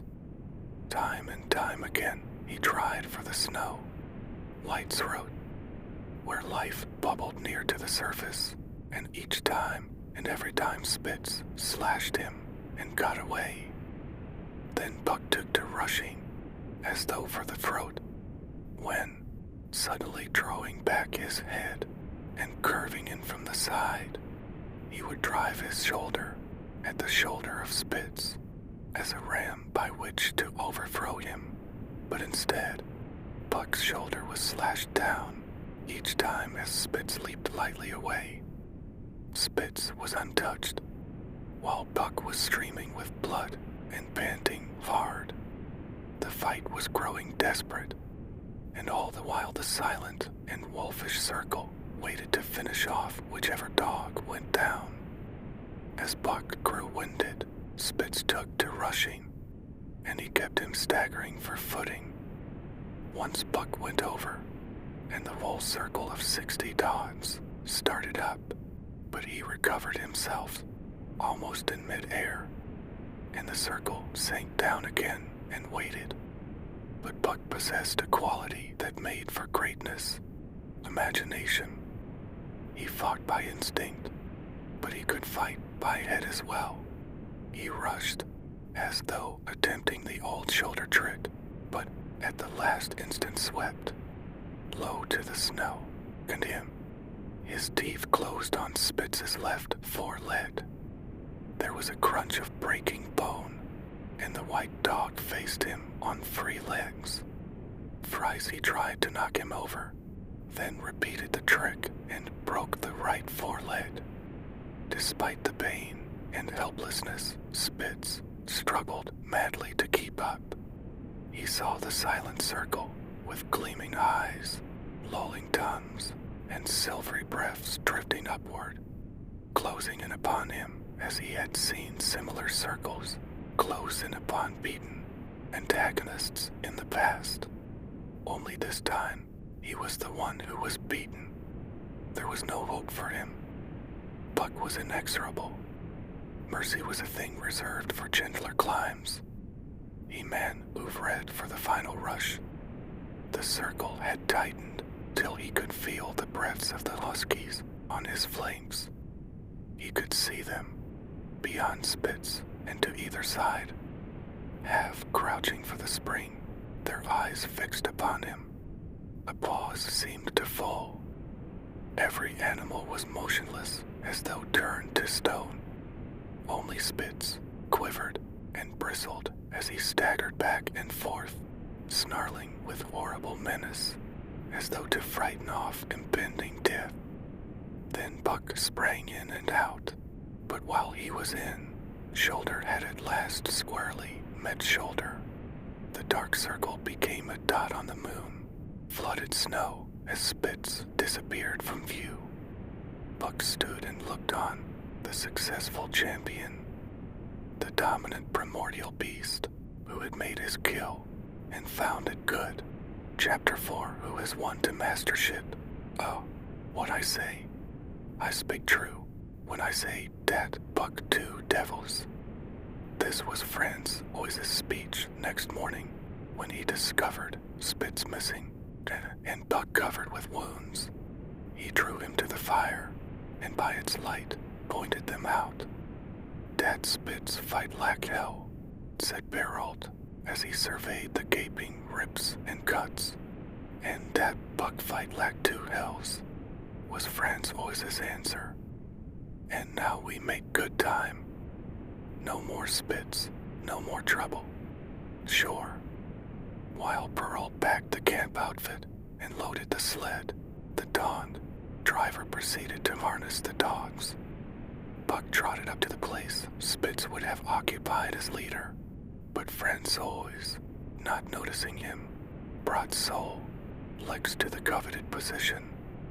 In his judgment, Sol, Lex was the best lead. Dog left. Buck sprang upon Sol, Lex in a fury, driving him back and standing in his place. In. Franz was cried, slapping his thighs gleefully. Look at dat Buck. Heem killed dat Spitz. Heem think to take the job. Go away, Chuck, he cried, but Buck refused to budge. He took Buck by the scruff of the neck, and though the dog growled threateningly, dragged him to one side and replaced Sol, Lex. The old dog did not like it, and showed plainly that he was afraid of Buck. Franz Oise was obdurate, but when he turned his back, Buck again displaced Sol. Lex, who was not at all unwilling to go. Franz was angry. No, thy gar, I fix you, he cried, coming back with a heavy club in his hand. Buck remembered the man in the red sweater and retreated slowly, nor did he attempt to charge in when Sol, Lex was once more brought forward, but he circled just beyond the range of the club, snarling with bitterness and rage. And while he circled, he watched the club so as to dodge it if thrown by Franz Oise, for he was become wise in the way of clubs. The driver went about his work, and he called to Buck when he was ready to put him in his old place in front of Dave. Buck retreated 2 or 3 steps. Franz was followed him up, whereupon he again retreated. After some time of this, Franz Oise threw down the club, thinking that Buck feared a thrashing. But Buck was in open revolt. He wanted not to escape a clubbing, but to have the leadership. It was his by right. He had earned it, and he would not be content with less. Perrault took a hand. Between them they ran him about for the better part of an hour. They threw clubs at him. He dodged.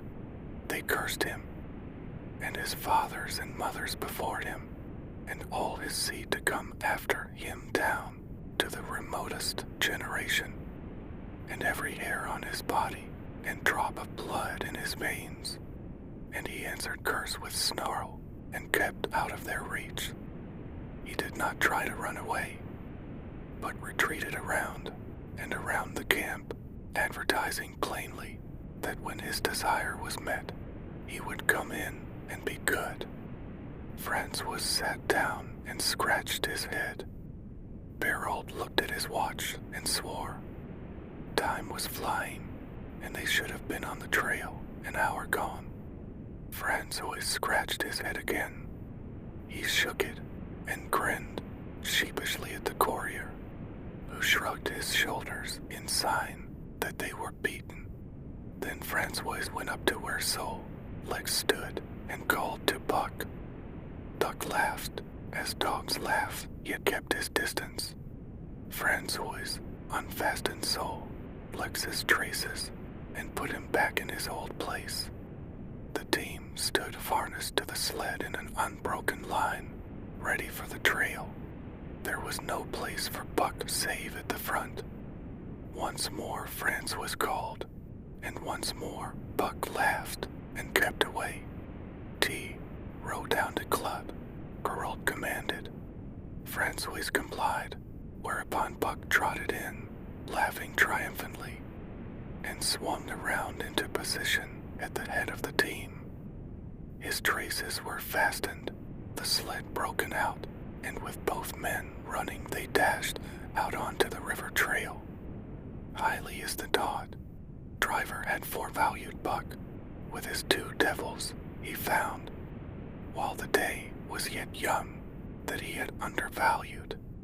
At a bound, Buck took up the duties of leadership, and where judgment was required, and quick thinking and quick acting, he showed himself the superior, even of Spitz, of whom Francois had never seen an equal. But it was in giving the law and making his mates live up to it that Buck excelled. Dave and Sol, Lex did not mind the change in leadership. It was none of their business. Their business was to toil, and toil mightily in the traces. So long as that were not interfered with, they did not care what happened. Billy, the good-natured, could lead for all they cared, so long as he kept order. The rest of the team, however, had grown unruly during the last days of Spitz, and their surprise was great now that Buck proceeded to lick them into shape. Pike, who pulled at Buck's heels, and who never put an ounce more of his weight against the brace than he was compelled to do, was swiftly and repeatedly shaken for loafing, and ere the first day was done he was pulling more than ever before in his life. The first night in camp, Joe, the sore one, was punished roundly, a thing that Spitz had never succeeded in doing. Buck simply smothered him by virtue of superior weight, and cut him up till he ceased snapping and began to whine for mercy. The general tone of the team picked up immediately. It recovered its old-time solidarity, and once more the dogs leaped as one dog in the traces. At the Rink Rapids, 2 native huskies, Teak and Kuna, were added, and the celerity with which Buck broke them and took away Francois's breath. "Never such a dog as dat Buck," he cried. "No, never. He'm worth $1,000, by gar." "Eh, what you say, Berold?" And Berold nodded. He was ahead of the record then, and gaining day by day. The trail was in excellent condition, well packed and hard, and there was no new, fallen snow with which to contend. It was not too cold. The temperature dropped to 50 below zero, and remained there the full trip. The men rode and ran by turn, and the dogs were kept on the jump, with but infrequent stoppages. The 30-mile river was comparatively coated with ice, and they covered in one day going out what had taken them 10 days coming in. In one run they made a 60-mile dash from the foot of Lake Lebarge to the White Horse Rapins. Across marsh, Tagish, and Bendinet, 70 miles of Lakes. They flew so fast that the man whose turn was to run Dowd behind the sled at the end of a rope. And on the last night of the second week, they topped White Bass and dropped down the sea slope with the lights of Skagway and of the shipping at their feet. It was a record run. Each day for 14 days, they had averaged 40 miles. For 3 days, Perrault and friends always threw chests up and down the main street of Skagway and were deluged with invitations to drink, while the team was the constant center of a worshipful crowd of dod, busters and mushers. Then 3 or 4 Western badmen, and aspired to clean out the town, were riddled like pepper boxes for their pains, and public interest turned to other idols. Next came official orders. Francois called Buck to him, threw his arms around him, wept over him, and that was the last of Francois and Perrault. Like other men, they passed out of Buck's life for good. A Scotch half Breed took charge of him and his mates, and in company with a dozen other dog teams, he started back over the Wherry Trail to Dawson. It was no light running now, nor record time, but heavy toil each day, with a heavy load behind, for this was the mail train, carrying word from the world to the men who sought gold under the shadow of the pole. Buck did not like it, but he bore up well to the work, taking pride in it after the manner of Dave and Sol Lex, and seeing that his mates, whether they prided in it or not, did their fair share. It was a monotonous life, operating with machine, like regularity. One day was very like another. At a certain time each morning the cooks turned out, fires were built, and breakfast was eaten. Then, while some broke camp, others harnessed the dogs, and they were underway an hour or so before the darkness fell, which gave warning of dawn. At night, camp was made. Some pitched the flies, others cut firewood and pine boughs for the beds, and still others carried water or ice for the cooks. Also, the dogs were fed. To them, this was the one feature of the day, though it was good to loaf around after the fish was eaten for an hour or so with the other dogs, of which there were 50 and odd. There were fierce fighters among them, but 3 battles with the fiercest brought Buck to mastery, so that when he bristled and showed his teeth, they got out of his way. Best of all, perhaps, he loved to lie near the fire, hind legs crouched under him, forelegs stretched out in front, head raised, and eyes blinking dreamily at the flames. Sometimes he thought of Judge Miller's big house in the sun-kissed Santa Clara Valley, and of the cement swimming tank, and Yisable, the Mexican hairless, and Toots, the Japanese pud. But oftener he remembered the man in the red sweater, the death of Curly, the great fight with Spitz, and the good things he had eaten or would like to eat. He was not homesick.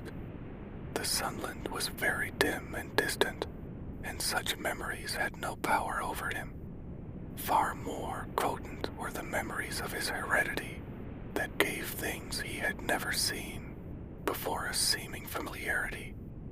The instincts, which were but the memories of his ancestors, become habits which had lapsed in later days, and still later, in him, quickened and become alive again. Sometimes as he crouched there, blinking dreamily at the flames, it seemed that the flames were of another fire, and that as he crouched by this other fire, he saw another and different man from the half-breed cooked before him. This other man was shorter of leg and longer of arm, with muscles that were stringy and knotty, rather than rounded and swelly. The hair of this man was long and matted, and his head slanted back under it from the eyes. He uttered strange sounds, and seemed very much afraid of the darkness into which he peered continually, clutching in his hand, which hung midway between knee and foot, a stick with a heavy stone made fast to the end. He was all but naked, a ragged and fire, scorched skin hanging part way down his back, but on his body there was much hair. In some places, across the chest and shoulders, and down the outside of the arms and thighs. It was matted into almost a thick fur. He did not stand erect, but with trunk inclined forward from the hips, on legs that bent at the knees. About his body there was a peculiar springiness or resiliency, almost cat-like, and a quick alertness as of one who lived in perpetual fear of things seen and unseen. At other times this hairy man squatted by the fire with head between his legs and slept. On such occasions his elbows were on his knees, his hands clasped above his head as though to shed rain by the hairy arms. And beyond that fire, in the circling darkness, Buck could see many gleaming coals, 2 by 2, always 2 by 2, which he knew to be the eyes of great beasts of prey, and he could hear the crashing of their bodies through the undergrowth, and the noises they made in the night, and dreaming there by the Yukon bank, with lazy eyes blinking at the fire. These sounds and sights of another world would make the hair to rise along his back and stand on end across his shoulders and up his neck till he whimpered low and suppressedly, or crawled softly, and the half-breed cook shouted at him, "Hey, you Buck, wake up," whereupon the other world would vanish and the real world come into his eyes, and he would get up and yawn and stretch as though he had been asleep. It was a far trip, with the mail behind them, and the heavy work wore them down. They were short of weight and in poor condition when they made Dawson, and should have had a 10 days or a week's rest at least. But in 2 days' time they dropped down the Yukon bank from the barracks, loaded with letters for the outside. The dogs were tired, the drivers grumbling, and to make matters worse, it snowed every day. This meant a soft trail, greater friction on the runners, and heavier pulling for the dogs. Yet the drivers were fair through it all, and did their best for the animals. Each night the dogs were attended to first. They ate before the drivers ate, and no man sought his sleeping robe till he had seen to the feet of the dogs he drove. Still, their strength went down. Since the beginning of the winter, they had traveled 1,800 miles, dragging sleds the whole weary distance, and 1,800 miles will tell upon life of the toughest. Buck's duty, keeping his mates up to their work and maintaining discipline, though he, too, was very tired. Billy cried and whimpered regularly in his sleep each night. Joe was sorer than ever, and Sol, Lex was unapproachable, blind side or other side. But it was Dave who suffered most of all. Something had gone wrong with him. He became more morose and irritable, and when camp was pitched at, once made his nest where his driver fed him. Once out of the harness and down, he did not get on his feet again till harness, up time in the morning. Sometimes in the traces, when jerked by a sudden stoppage of the sled, or by straining to start it, he would cry out with pain. The driver examined him, but could find nothing. All the drivers became interested in his case. They talked it over at mealtime and over their last pipes before going to bed. And one night they held a consultation. He was brought from his nest to the fire and was pressed and prodded till he cried out many times. Something was wrong inside, but they could locate no broken bones, could not make it out. By the time Cassier Bar was reached, he was so weak that he was falling repeatedly in the traces. The Scotch half-breed called a halt and took him out of the team, making the next dog, Sol Lex, fast to the sled. His intention was to rest Dave, letting him run free behind the sled. Sick as he was, Dave resented being taken out, grunting and growling, while the traces were unfastened and whimpering broken, fartedly when he saw Sol Lex in the position he had held and served so long. For the pride of trace and trail was his, and, sick unto death, he could not bear that another dog should do his work. When the sled started, he floundered in the soft snow alongside the beaten trail, attacking Sol Lex with his teeth, rushing against him and trying to thrust him off into the soft snow on the other side, striving to leap inside his traces and get between him and the sled, and all the while whining and yelping and crying with grief and pain. The half-breed tried to drive him away with the whip, but he paid no heed to the stinging lash, and the man had not the heart to strike harder. Dave refused to run quietly on the trail behind the sled, where the going was easy, but continued to flounder alongside in the soft snow, where the going was most difficult, till exhausted. Then he fell, and lay where he fell, howling lugubriously as the long train of sleds churned by. With the last remnant of his strength, he managed to stagger along behind till the train made another stop, when he floundered past the sleds to his own, where he stood alongside Sol Lex. His driver lingered a moment to get a light for his pipe from the man behind. Then he returned and started his dogs. They swung out on the trail with remarkable lack of exertion, turned their heads uneasily, and stopped in surprise. The driver was surprised, too. The sled had not moved. He called his comrades to witness the sight. Dave had bitten through both of Sol Lex's traces and was standing directly in front of the sled in his proper place. He pleaded with his eyes to remain there.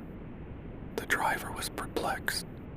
His comrades talked of how a dog could break its heart through being denied the work that killed it, and recalled instances they had known where dogs, too old for the toil or injured, had died because they were cut out of the traces. Also, they held it a mercy, since Dave was to die anyway, that he should die in the traces, fart, easy and content. So he was harnessed in again, and proudly he pulled as of old, though more than once he cried out involuntarily from the bite of his inward hurt.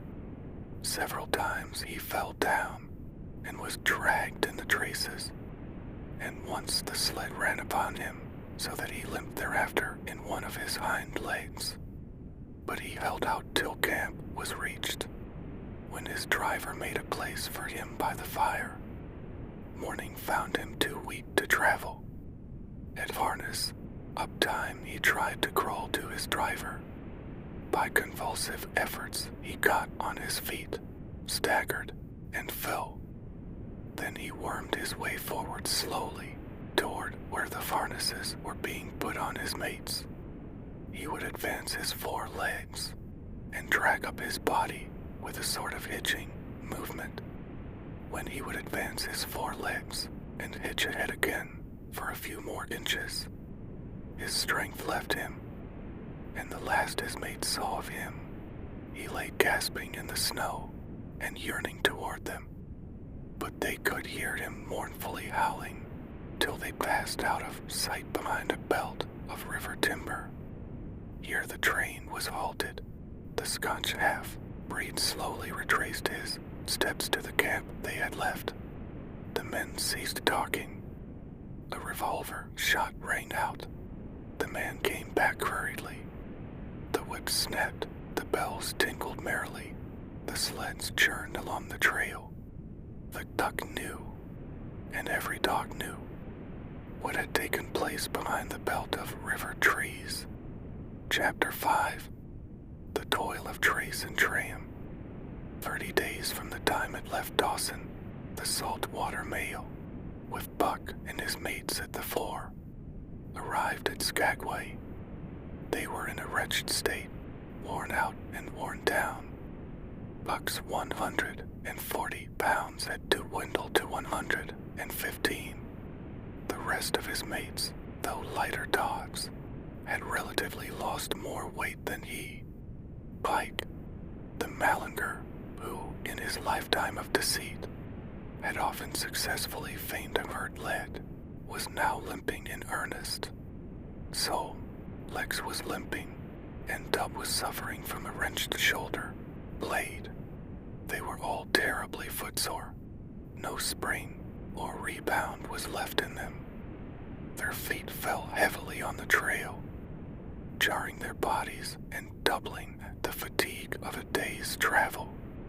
There was nothing the matter with them, except that they were dead tired. It was not the dead tiredness that comes through brief and excessive effort, from which recovery is a matter of hours, but it was the dead tiredness that comes through the slow and prolonged strength drainage of months of toil. There was no power of recuperation left, no reserve strength to call upon. It had been all used, the last least bit of it.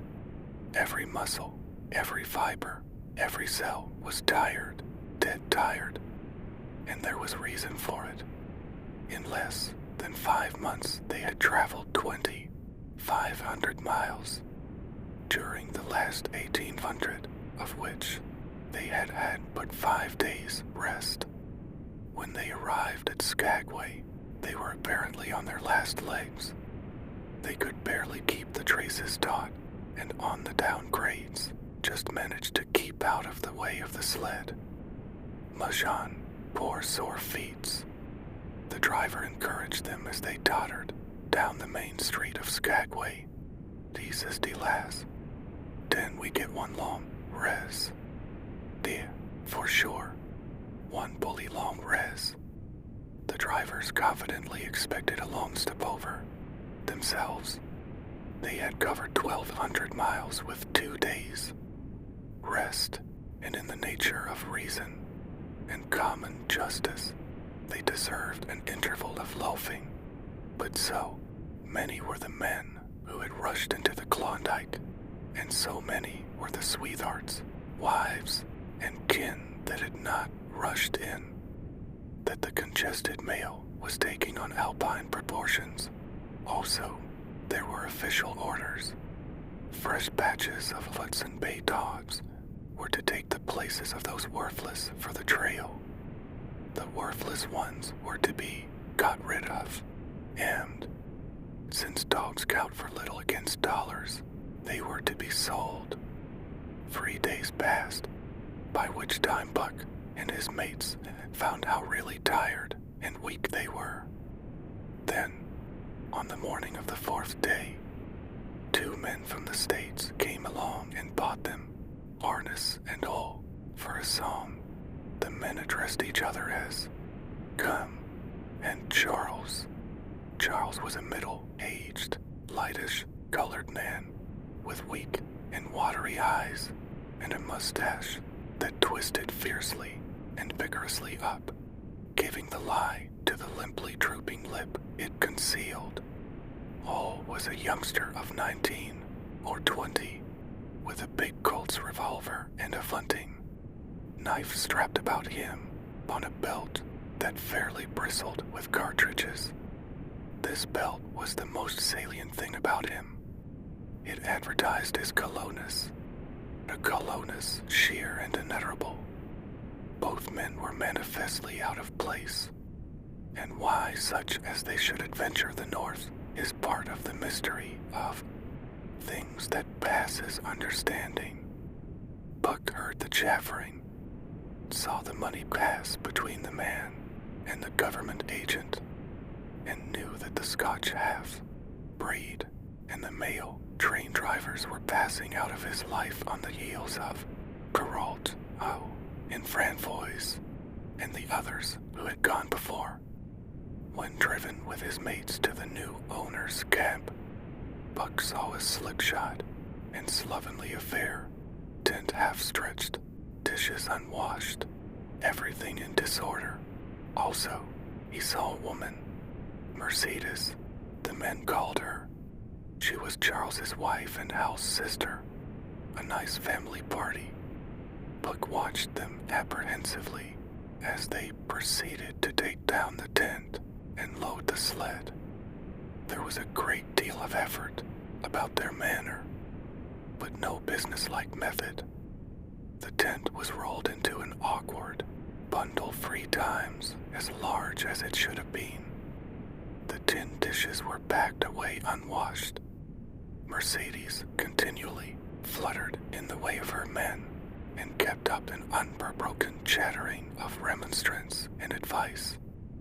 When they put a clothes sack on the front of the sled, she suggested it should go on the back, and when they had put it on the back and covered it over with a couple of other bundles, she discovered overlooked articles which could abide nowhere else but in that very sack, and they unloaded again. 3 men from a neighboring tent came out and looked on, grinning and winking at one another. "You've got a right smart load as it is," said one of them, "and it's not me should tell you your business, but I wouldn't tote that tent alone if I was you." "Undreamed of," cried Mercedes, throwing up her hands in dainty dismay.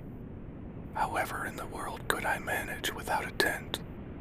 It's springtime, and you won't get any more cold weather." The man replied. She shook her head decidedly, and Charles and Fall put the last odds and ends on top the mountainous load. "Think it'll ride?" one of the men asked. "Why shouldn't it?" Charles demanded rather shortly. "Oh, that's all right, that's all right," the man hastened meekly to say. "I was just a-wonderin', that is all. It seemed a mite top, heavy." On Charles turned his back and drew the lashings down as well as he could, which was not in the least well. And, of course, the dogs can vike along all day with that contraption behind them, affirmed a second of the men. "Certainly," said Hal, with freezing politeness, taking hold of the key, pole with one hand and swinging his whip from the other. "Muss," he shouted, "muss on there." And the dogs sprang against the breast bands, strained hard for a few moments, then relaxed. They were unable to move the sled. "The lazy brutes, I'll show them," he cried, preparing to lash out at them with the whip. But Mercedes interfered, crying, "Oh, Helm, you mustn't," as she caught hold of the whip and wrenched it from him. "The poor dears. Now you must promise you won't be harsh with them for the rest of the trip, or I won't go a step.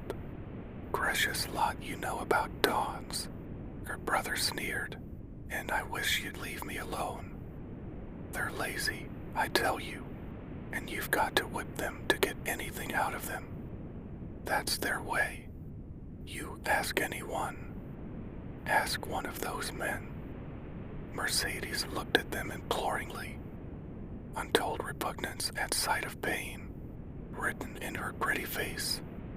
"They're weak as water, if you want to know," came the reply from one of the men. Plum tuckered out. "That's what's the matter. They need a rest." "Rest be blanked," said Ho with his beardless lips, and Mercedes said, "Oh," in pain and sorrow at the oath. But she was a clannish creature and rushed at once to the defense of her brother. "Never mind that man," she said pointedly. "You are driving our dogs, and you do what you think best with them." Again Vol's whip fell upon the dogs. They threw themselves against the breast bands, dug their feet into the packed snow, got down low to it, and put forth all their strength. The sled held as though it were an anchor. After 2 efforts, they stood still, panting. The whip was whistling savagely when once more Mercedes interfered. She dropped on her knees before Buck with tears in her eyes and put her arms around his neck. "You poor, poor dears," she cried sympathetically. "Why don't you pull hard? Then you wouldn't be whipped." Buck did not like her, but he was feeling too miserable to resist her, taking it as part of the day's miserable work. One of the onlookers, who had been clenching his teeth to suppress hot speech, now spoke up. "It's not that I care a whoop what becomes of you, but for the dogs' sakes I just want to tell you, you can help them a mighty lot by breaking out that sled. The runners are froze fast. Throw your weight against the gee pole, right and left, and break it out." By a third time the attempt was made, but this time, following the advice, Hal broke out the runners, which had been frozen to the snow. The overloaded and unwieldy sled forged ahead, Buck and his mates struggling frantically under the rain of blows. 100 yards ahead, the path turned and sloped steeply into the main street. It would have required an experienced man to keep the top, heavy sled upright, and Hal was not such a man. As they swung on the turn, the sled went over, spilling half its load through the loose lashings. The dogs never stopped. The lightened sled bounded on its side behind them. They were angry because of the ill treatment they had received and the unjust load. Buck was raging. He broke into a run, the team following his lead. Ho cried, "Pah, boo," but they gave no heed. He tripped and was pulled off his feet. The capsized sled ground over him, and the dogs dashed on up the street, adding to the gaiety of Skagway as they scattered the remainder of the outfit along its chief thoroughfare. Kind, hearted citizens caught the dogs and gathered up the scattered belongings. Also, they gave advice, half the load and twice the dogs, if they ever expected to reach Dawson, was what was said. Hall and his sister and brother, in, Law listened unwillingly, pitched tent, and overhauled the outfit. Canned goods were turned out that made men laugh, for canned goods on the long trail is a thing to dream about. "Blankets for a hotel," quoth one of the men who laughed and helped. "Half as many is too much. Get rid of them. Throw away that tent and all those dishes. Who's going to wash them, anyway? Good Lord, do you think you're traveling on a Pullman?" And so it went, the inexorable elimination of the superfluous. Mercedes cried when her clothes, bags were dumped on the ground, and article after article was thrown out. She cried in general, and she cried in particular over each discarded thing. She clasped hands about knees, rocking back and forth broken-heartedly. She averred she would not go an inch, not for a dozen Charleses. She appealed to everybody and to everything, finally wiping her eyes and proceeding to cast out even articles of apparel that were imperative necessaries. And in her zeal, when she had finished with her own, she attacked the belongings of her men and went through them like a tornado. This accomplished, the outfit, though cut in half, was still a formidable bulk. Charles and Hal went out in the evening and bought 6 outside dogs. These, added to the 6 of the original team, Antique and Kuna, the Huskies obtained at the Rink Rapids on the record trip, brought the team up to 14, but the outside dogs, though practically broken in since their landing, did not amount to much. 3 were short, haired pointers. 1 was a Newfoundland, and the other 2 were mongrels of indeterminate breed. They did not seem to know anything, these newcomers. Buck and his comrades looked upon them with disgust, and though he speedily taught them their places and what not to do, he could not teach them what to do. They did not take kindly to trace and trail, with the exception of the 2 mongrels. They were bewildered in spirit, broken by the strange, savage environment in which they found themselves, and by the ill treatment they had received. The 2 mongrels were without spirit at all. Bones were the only things breakable about them, with the newcomers hopeless and forlorn, and the old team worn out by 2,500 miles of continuous trail. The outlook was anything but bright. The 2 men, however, were quite cheerful, and they were proud too. They were doing the thing in style, with 14 dogs. They had seen other sleds depart over the pass for Dawson, or come in from Dawson, but never had they seen a sled with so many as 14 dogs. In the nature of Arctic travel, there was a reason why 14 dogs should not drag one sled, and that was that one sled could not carry the food for 14 dogs. But Charles and Hal did not know this. They had worked the trip out with a pencil, so much to a dog, so many dogs, so many days. QED.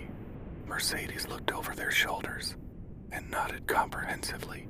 It was all so very simple.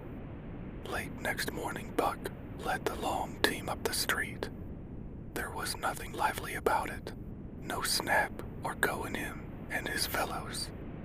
They were starting dead weary.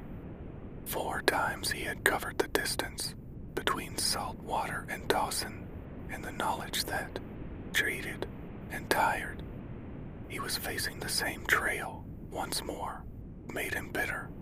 His fart was not in the work, nor was the fart of any dog. The outsides were timid and frightened, the insides without confidence in their masters. Buck felt vaguely that there was no depending upon these 2 men and the woman.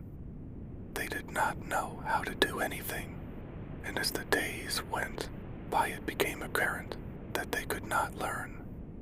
They were slack in all things, without order or discipline. It took them half the night to pitch a slovenly camp, and half the morning to break that camp, and get the sled loaded in fashion so slovenly that for the rest of the day they were occupied in stopping and rearranging the load. Some days did not make 10 miles. On other days they were unable to get started at all, and on no day did they succeed in making more than half the distance used by the men as a basis in their dog food computation. It was inevitable that they should go short on dog food, but they hastened it by overfeeding, bringing the day nearer when underfeeding would commence. The outside dogs, whose digestions had not been trained by chronic famine to make the most of little and voracious appetites. And when, in addition to this, the worn-out huskies pulled weakly, Lull decided that the orthodox ration was too small. He doubled it, and to cap it all, when Mercedes, with tears in her gritty eyes and a quaver in her throat, could not cajole him into giving the dogs still more, she stole from the fish sacks and fed them slyly. But it was not food that Buck and the huskies needed, but rest. And though they were making poor time, the heavy load they dragged sapped their strength severely. Then came the underfeeding. Hal awoke one day to the fact that his Dodd food was half gone and the distance only quarter covered. Further, that for love or money no additional Dodd food was to be obtained. So he cut down even the orthodox ration and tried to increase the day's travel. His sister and brother-in-law seconded him, but they were frustrated by their heavy outfit and their own incompetence. It was a simple matter to give the dogs less food, but it was impossible to make the dogs travel faster, while their own inability to get underway earlier in the morning prevented them from traveling longer hours. Not only did they not know how to work dogs, but they did not know how to work themselves. The first to go was Tom, poor blundering thief that he was, always getting caught and punished. He had nonetheless been a faithful worker. His wrenched shoulder, blade, untreated and unrested, went from bad to worse, till finally Hal shot him with the big Colt's revolver. It is a saying of the country that an outside dog starves to death on the ration of the husky. So the 6 outside dogs under Buck could do no less than die on half the ration of the husky. The Newfoundland went first, followed by the 3 short-haired pointers, the 2 mongrels hanging more grittily onto life, but going in the end. By this time all the amenities and gentlenesses of the Southland had fallen away from the free people, shorn of its glamour and romance. Arctic travel became to them a reality too harsh for their manhood and womanhood. Mercedes ceased weeping over the dogs, being too occupied with weeping over herself and with quarreling with her husband and brother. To quarrel was the one thing they were never too wary to do. Their irritability arose out of their misery, increased with it, doubled upon it, outdistanced it. The wonderful patience of the trail, which comes to men who toil hard and suffer sore, and remain sweet of speech and kindly, did not come to these 2 men and the woman. They had no inkling of such a patience. They were stiff and in pain, their muscles ached, their bones ached, their very hearts ached, and because of this, they became sharp of speech, and hard words were first on their lips in the morning and last at night. Charles and Hal wrangled whenever Mercedes gave them a chance. It was the cherished belief of each that he did more than his share of the work, and neither forbore to speak this belief at every opportunity. Sometimes Mercedes sided with her husband, sometimes with her brother. The result was a beautiful and unending family quarrel, starting from a dispute as to which should chop a few sticks for the fire, a dispute which concerned only Charles and Hal, presently would be lugged in the rest of the family, fathers, mothers, uncles, cousins, people thousands of miles away, and some of them did. That Hall's views on art, or the sort of society plays his mother's brother wrote, should have anything to do with with the chopping of a few sticks of firewood passes comprehension.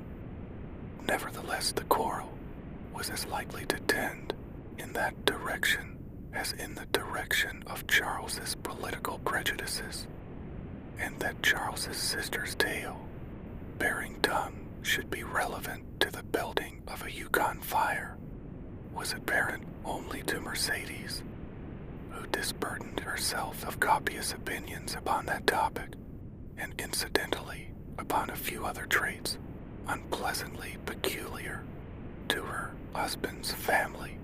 In the meantime, the fire remained unbuilt, the camp half-pitched, and the dogs unfed. Mercedes nursed a special grievance, the grievance of sex. She was pretty and soft, and had been chivalrously treated all her days. But the present treatment by her husband and brother was everything save chivalrous. It was her custom to be helpless. They complained, upon which impeachment of what to her was her most essential sex prerogative. She made their lives unendurable. She no longer considered the dogs, and because she was sore and tired, she persisted in riding on the sled. She was pretty and soft, but she weighed 120 pounds. A lusty last straw to the load, dragged by the weak and starving animals. She rode for days, till they fell in the traces and the sled stood still. Charles and Hal begged her to get off and walk, pleaded with her, entreated, the while she wept and importuned heaven with a recital of their brutality. On one occasion they took her off the sled by main strength. They never did it again. She let her legs go limp like a spoiled child and sat down on the trail. They went on their way, but she did not move. After they had traveled 3 miles, they unloaded the sled, turned back for her, and by main strength put her on the sled again. In the excess of their own misery, they were callous to the suffering of their animals. Hal's theory, which he practiced on others, was that one must get hardened. He had started out preaching it to his sister and brother-in-law. Failing there, he hammered it into the dogs with a club. At the 5 fingers the dogged, food gave out, and a toothless old squaw offered to trade them a few pounds of frozen horse, cried for the Colt's revolver that kept the big hunting knife company at Vol's hip. A poor substitute for food was this hide, just as it had been stripped from the starved horses of the cattlemen 6 months back. In its frozen state it was more like strips of galvanized iron, and when a dog wrestled it into his stomach it thawed into thin and innutritious leathery strings and into a mass of short hair, irritating and indigestible. And through it all Buck staggered along at the head of the team as in a nightmare. He pulled when he could. When he could no longer pull, he fell down and remained down till blows from whip or club drove him to his feet again. All the stiffness and gloss had gone out of his beautiful furry coat. The hair hung down, limp and draggled, or matted with dried blood where Hal's club had bruised him. His muscles had wasted away to knotty strings, and the flesh pads had disappeared, so that each rib and every bone in his frame were outlined cleanly through the loose hide that was wrinkled in folds of emptiness. It was heartbreaking. Only Buck's heart was unbreakable. The man in the red sweater had proved that. As it was with Buck, so was it with his mates. They were perambulating skeletons. There were 7 altogether, including him. In their very great misery, they had become insensible to the bite of the lash or the bruise of the club. the pain of the beating was dull and distant, just as the things their eyes saw and their ears heard seemed dull and distant. They were not half-living or quarter-living. They were simply so many bags of bones in which sparks of life fluttered faintly. When a vault was made, they dropped down in the traces like dead dogs, and the spark dimmed and paled and seemed to go out.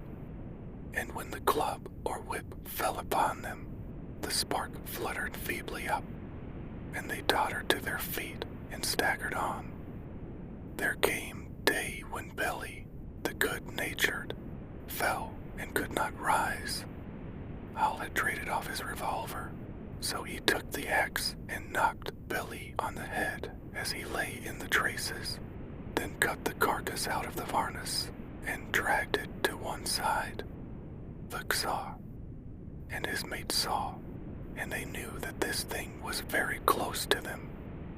On the next day, Kuna went, and but 5 of them remained. Joe, too far gone to be malignant, Pike, crippled and limping, only half conscious and not conscious enough longer to malinger, Soul, Lex, the one-eyed, still faithful to the toil of trace and trail, and mournful in that he had so little strength with which to pull, Teak, who had not traveled so far that winter, and who was now beaten more than the others, because he was fresher, and Buck, still at the head of the team, but no longer enforcing discipline or striving to enforce it, blind with weakness half the time, and keeping the trail by the loom of it, and by the dim feel of his feet. It was beautiful spring weather, but neither dogs nor humans were aware of it. Each day the sun rose earlier and set later. It was dawn by 3 in the morning, and twilight lingered till 9 at night. The full long day was a blaze of sunshine. The ghostly winter silence had given way to the great spring murmur of awakening life. This murmur arose from all the land, fraught with the joy of living. It came from the things that lived and moved again, things which had been as dead and which had not moved during the long months of frost. The sap was rising in the pines. The willows and aspens were bursting out in young buds. Shrubs and vines were putting on fresh garbs of green. Crickets sang in the nights, and in the days all manner of creeping, crawling things rustled forth into the sun. Partridges and woodpeckers were booming and knocking in the forest. Squirrels were chattering, birds singing, and overhead vaunted the wild, fowl driving up from the south in cunning wedges that split the air. From every hill slope came the trickle of running water, the music of unseen fountains. All things were thawing, bending, snapping. The Yukon was straining to break loose the ice that bound it down. It ate away from beneath. The sun ate from above. Air holes formed, fissures sprang and spread apart, while thin sections of ice fell through bodily into the river. And amid all this bursting, rending, throttling of awakening life, under the blazing sun and through the soft, sighing breezes, like wayfarers to death, staggered the 2 men, the woman and the huskies, with the dogs falling, Mercedes weeping and riding, Hal swearing innocuously, and Charles's eyes wistfully watering. They staggered into John Thornton's camp at the mouth of White River. When they halted, the dogs dropped down as though they had all been struck dead. Mercedes dried her eyes and looked at John Thornton. Charles sat down on a log to rest. He sat down very slowly and painstakingly, what of his great stiffness. Hal did the talking. John Thornton was whittling the last touches on an axe, handle he had made from a stick of birch. He whittled and listened, gave monosyllabic replies, and, when it was asked, terse advice. He knew the breed, and he gave his advice in the certainty that it would not be followed. Thee told us up above that the bottom was dropping out of the trail, and that the best thing for us to do was to lay over. Gall said, in response to Thornton's warning to take no more chances on the rotten ice. Thee told us we couldn't make White River, and here we are. This last with a sneering ring of triumph in it. And they told you true. John Thornton answered, the bottom's likely to drop out at any moment. Only fools, with the blind luck of fools, could have made it. I tell you straight, I wouldn't risk my carcass on that ice for all the gold in Alaska. That's because you're not a fool. I suppose, said Hull. All the same, we'll go on to Dawson. He uncoiled his whip. Get up there, Buck. Fly. Get up there. Mush on. Thornton went on whittling. It was idle, he knew, to get between a fool and his folly. While 2 or 3 fools more or less would not alter the scheme of things. But the team did not get up at the command. It had long since passed into the stage where blows were required to rouse it. The whip flashed out, here and there, on its merciless errands. John Thornton compressed his lips, so Lex was the first to crawl to his feet. Teet followed. Joe came next, yelping with pain. Pike made painful efforts. Twice he fell over, when half up, and on the 3rd attempt managed to rise. Buck made no effort. He lay quietly where he had fallen. The lash bit into him again and again, but he neither whined nor struggled. Several times Thornton started, as though to speak, but changed his mind. A moisture came into his eyes, and, as the whipping continued, he rose and walked resolutely up and down. This was the first time Buck had failed, in itself a sufficient reason to drive Hal into a rage. He exchanged the whip for the customary club. Buck refused to move under the rain of heavier blows, which now fell upon him. Like his mates, he was barely able to get up, but unlike them, he had made up his mind not to get up. He had a vague feeling of impending doom. This had been strong upon him when he pulled into the bank, and it had not departed from him. What of the thin and rotten ice he had felt under his feet all day? It seemed that he sensed disaster close at hand, out there ahead on the ice where his master was trying to drive him. He refused to stir. So greatly had he suffered, and so far gone was he, that the blows did not hurt much, and as they continued to fall upon him, the spark of life within flickered and went down. It was nearly out. He felt strangely numb, as though from a great distance he was aware that he was being beaten. The last sensations of pain left him.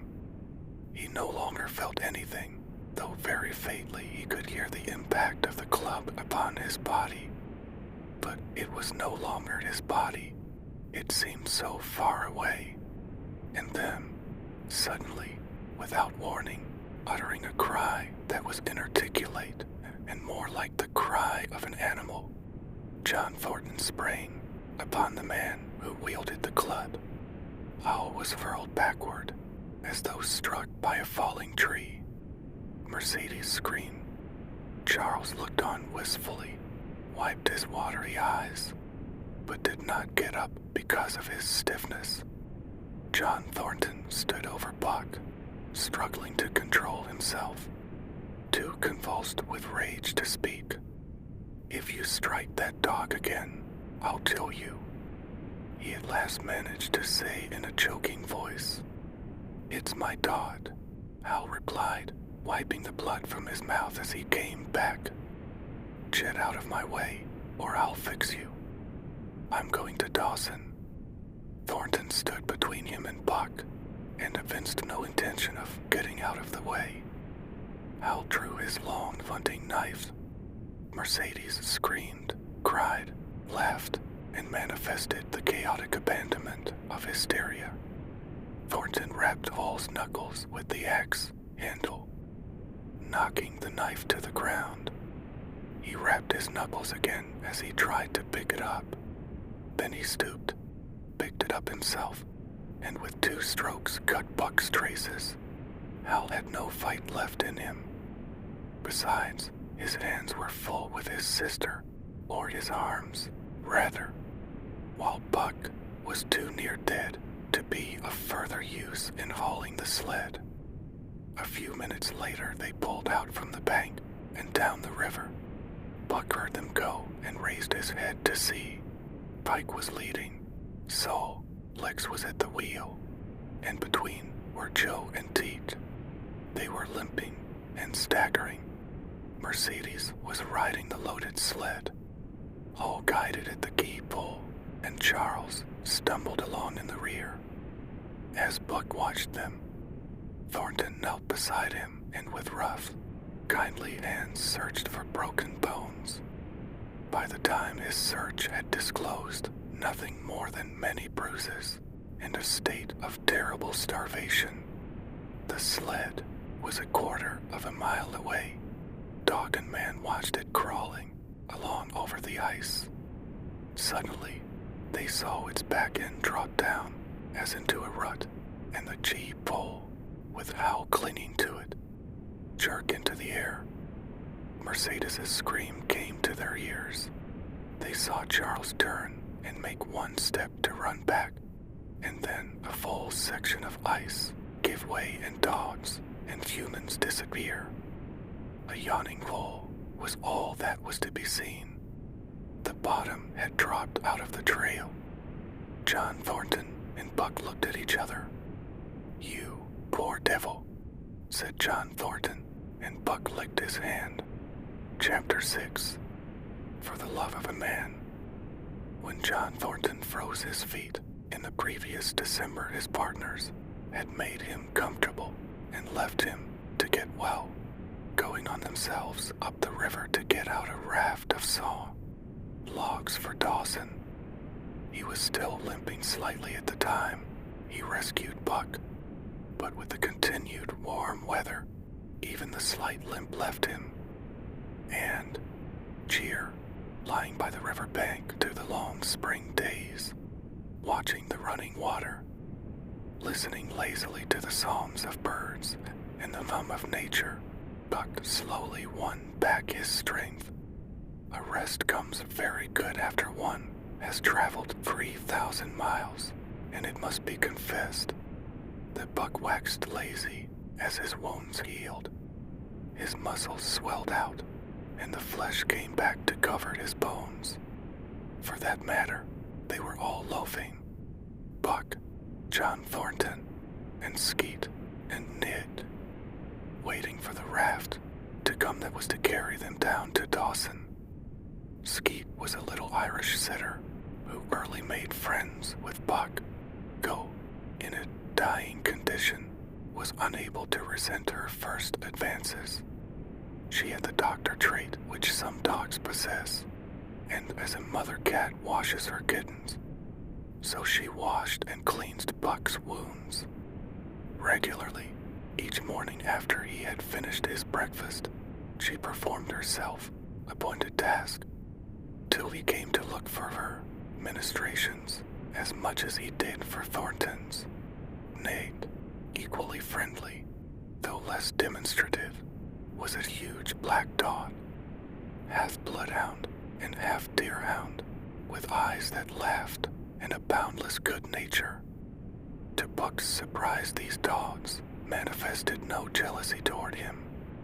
They seemed to share the cuddliness and largeness of John Thornton. As Buck grew stronger, they enticed him into all sorts of ridiculous games. in which Thornton himself could not forbear to join, and in this fashion, Buck romped through his convalescence and into a new existence. Love, genuine passionate love, was his for the first time. This he had never experienced at Judge Millerstown in the sun, kissed Santa Clara Valley. With the judge's sons, hunting and tramping, it had been a working partnership. With the judge's grandsons, a sort of pompous guardianship, and with the judge himself, a stately and dignified friendship. But love that was feverish and burning, that was adoration, that was madness. It had taken John Thornton to arouse. This man had saved his life, which was something, but further, he was the ideal master. Other men saw to the welfare of their dogs from a sense of duty and business expediency. He saw to the welfare of his as, if they were his own children, because he could not help it. And he saw further. He never forgot a kindly greeting or a cheering word, and to sit down for a long talk with them. This gas, he called it, was as much his delight as theirs. He had a way of taking Buck's head roughly between his hands and resting his own head upon Buck's, of shaking him back and forth, the while calling him ill names that to Buck were love names.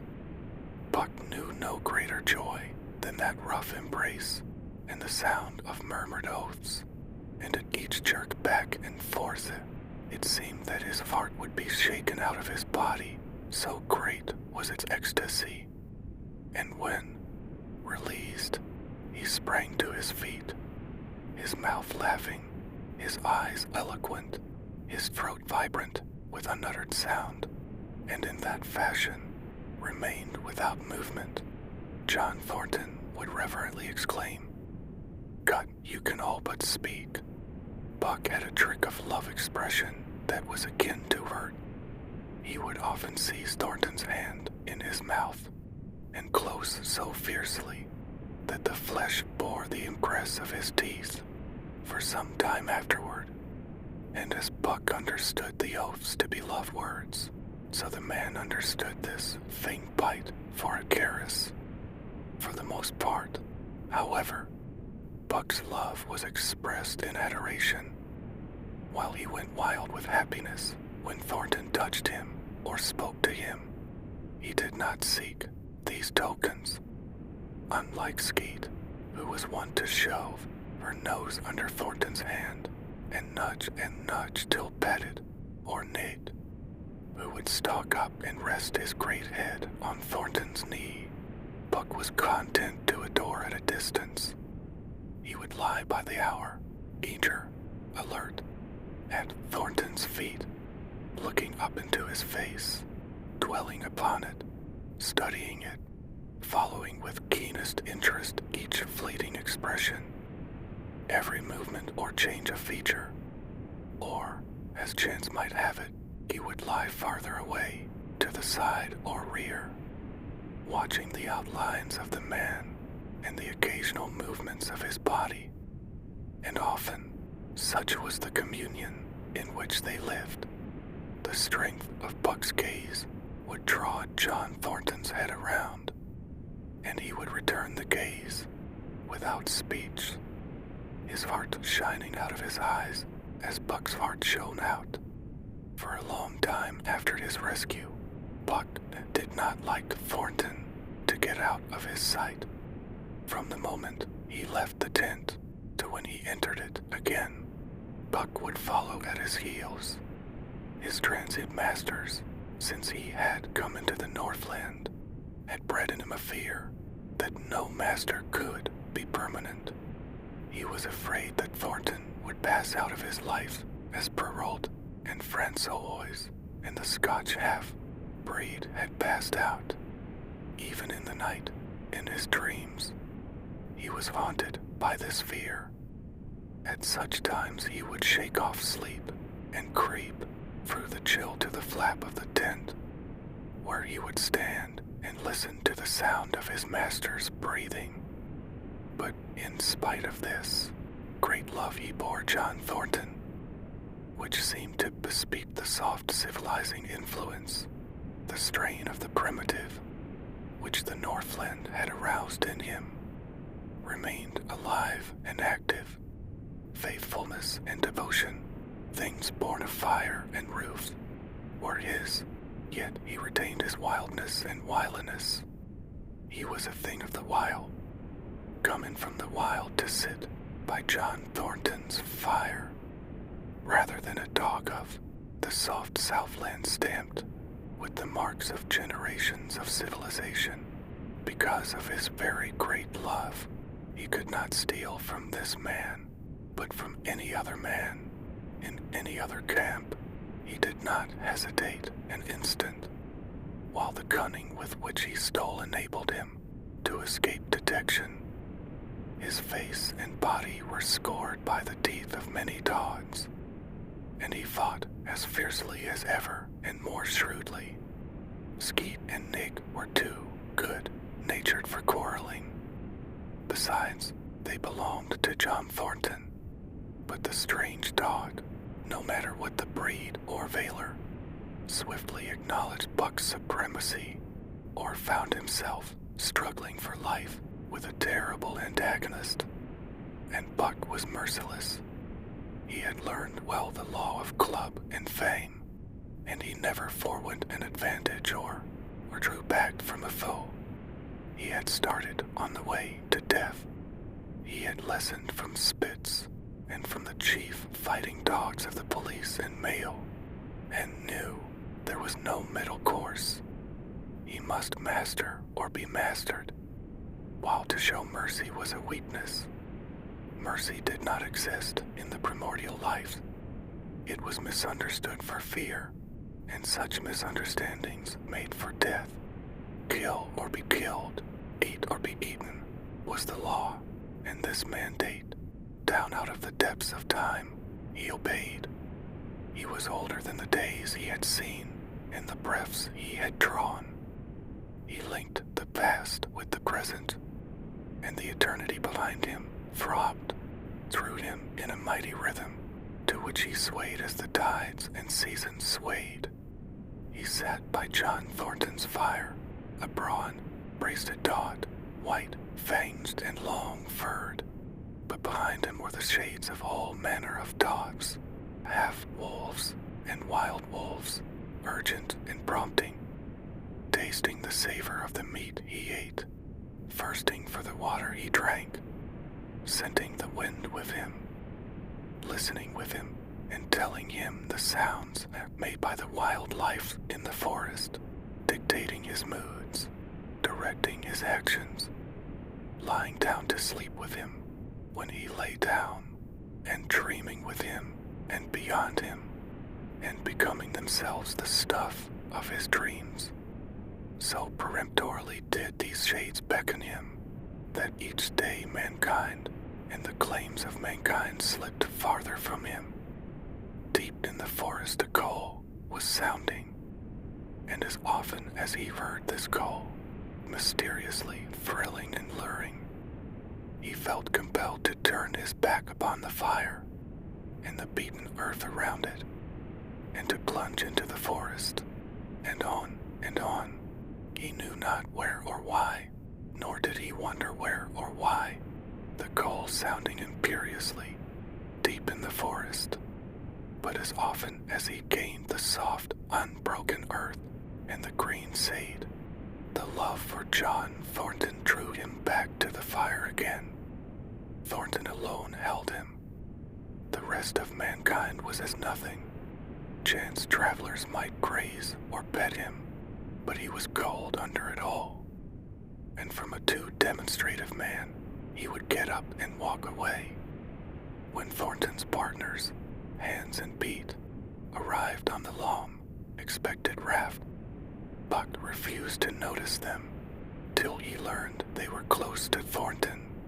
After that he tolerated them in a passive sort of way, accepting favors from them as though he favored them by accepting, were of the same large type as Thornton, living close to the earth, thinking simply and seeing clearly, and ere they swung the raft into the big eddy by the saw, Millet Dawson, they understood Buck and his ways, and did not insist upon an intimacy such as obtained with Skeet and Nate.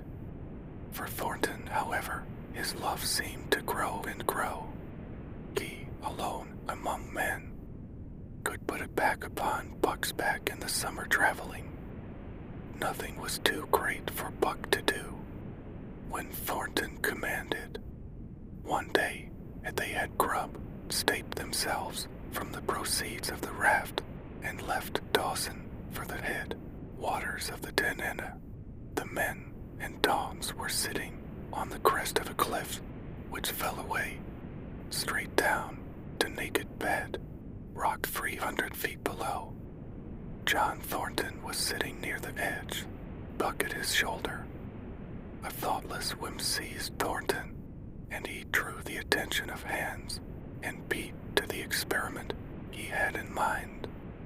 "Jump, Buck," he commanded, sweeping his arm out and over the chasm. The next instant he was grappling with Buck on the extreme edge, while Hans and Pete were dragging them back into safety. "It's uncanny," Pete said, after it was over and they had caught their speech. Thornton shook his head. "No, it is splendid, and it is terrible, too. Do you know, it sometimes makes me afraid. I'm not hankering to be the man that lays hands on you while he's around," Pete announced conclusively, nodding his head toward Buck. "By jingo," was Hans's contribution. "Not mineself either. It was at Circle City, where the year was out, that Pete's apprehensions were realized. Black, Bertley, a man evil, tempered and malicious, had been picking a quarrel with a tenderfoot at the bar, when Thornton stepped good-naturedly between. Buck, as was his custom, was lying in a corner, head on paws, watching his master's every action. Burton struck out, without warning, straight from the shoulder. Thornton was sent spinning, and saved himself from falling only by clutching the rail of the bar. Those who were looking on heard what was neither bark nor yelp, but a something which is best described as a roar, and they saw Buck's body rise up in the air as he left the floor for Bertney's throat.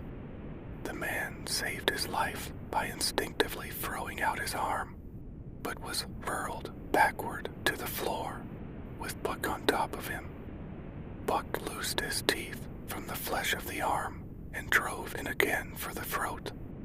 This time the man succeeded only in partly blocking, and his throat was torn open. Then the crowd was upon Buck, and he was driven off, but while a surgeon checked the bleeding, he crawled up and down, growling furiously, attempting to rush in, and being forced back by an array of hostile clubs. A miners' meeting, called on the spot, decided that the dog had sufficient provocation and Buck was discharged, but his reputation was made, and from that day his name spread through every camp in Alaska. Later on, in the fall of the year, he saved John Thornton's life in quite another fashion. The three partners were lining a long and narrow, poling boat down a bad stretch of rapids on the 40-mile creek. Hans and Pete moved along the bank, snubbing with a thin manila rope from tree to tree, while Thornton remained in the boat, helping its descent by means of a pole, and shouting directions to the shore. Buck, on the bank, worried and anxious, kept abreast of the boat, his eyes never off his master.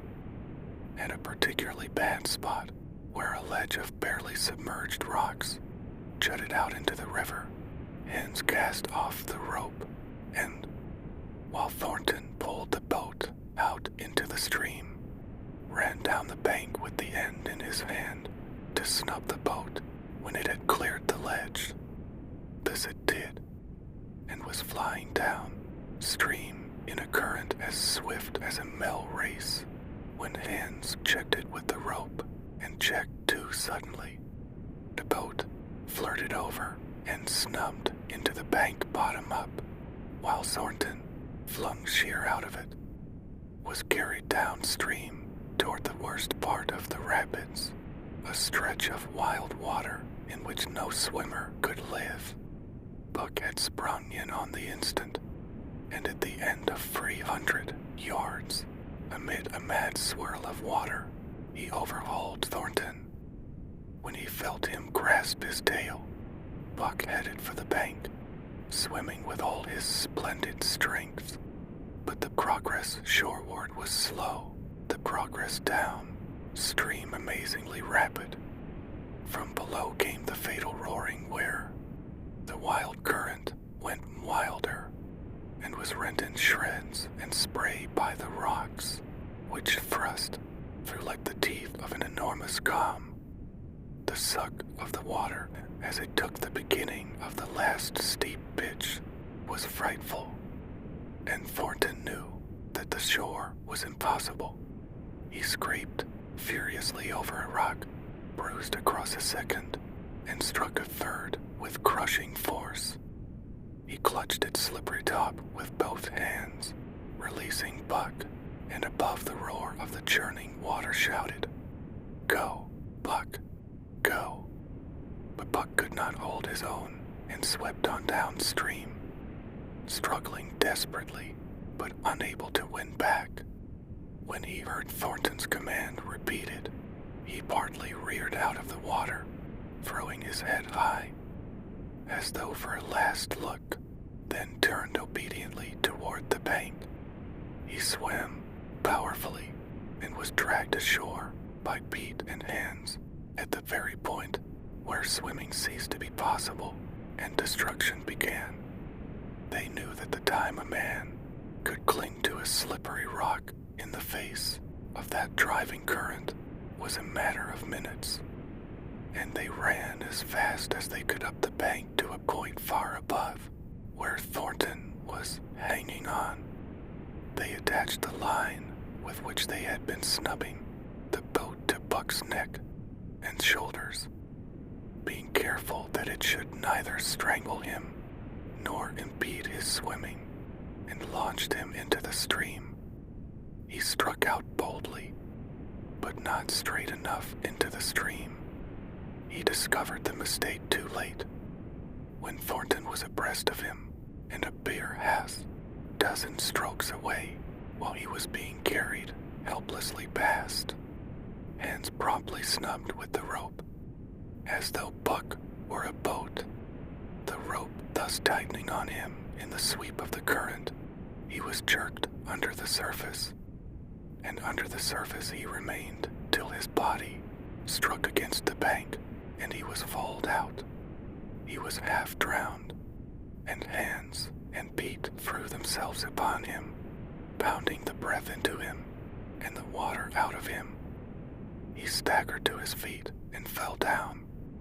The faint sound of Thornton's voice came to them, and though they could not make out the words of it, they knew that he was in his extremity.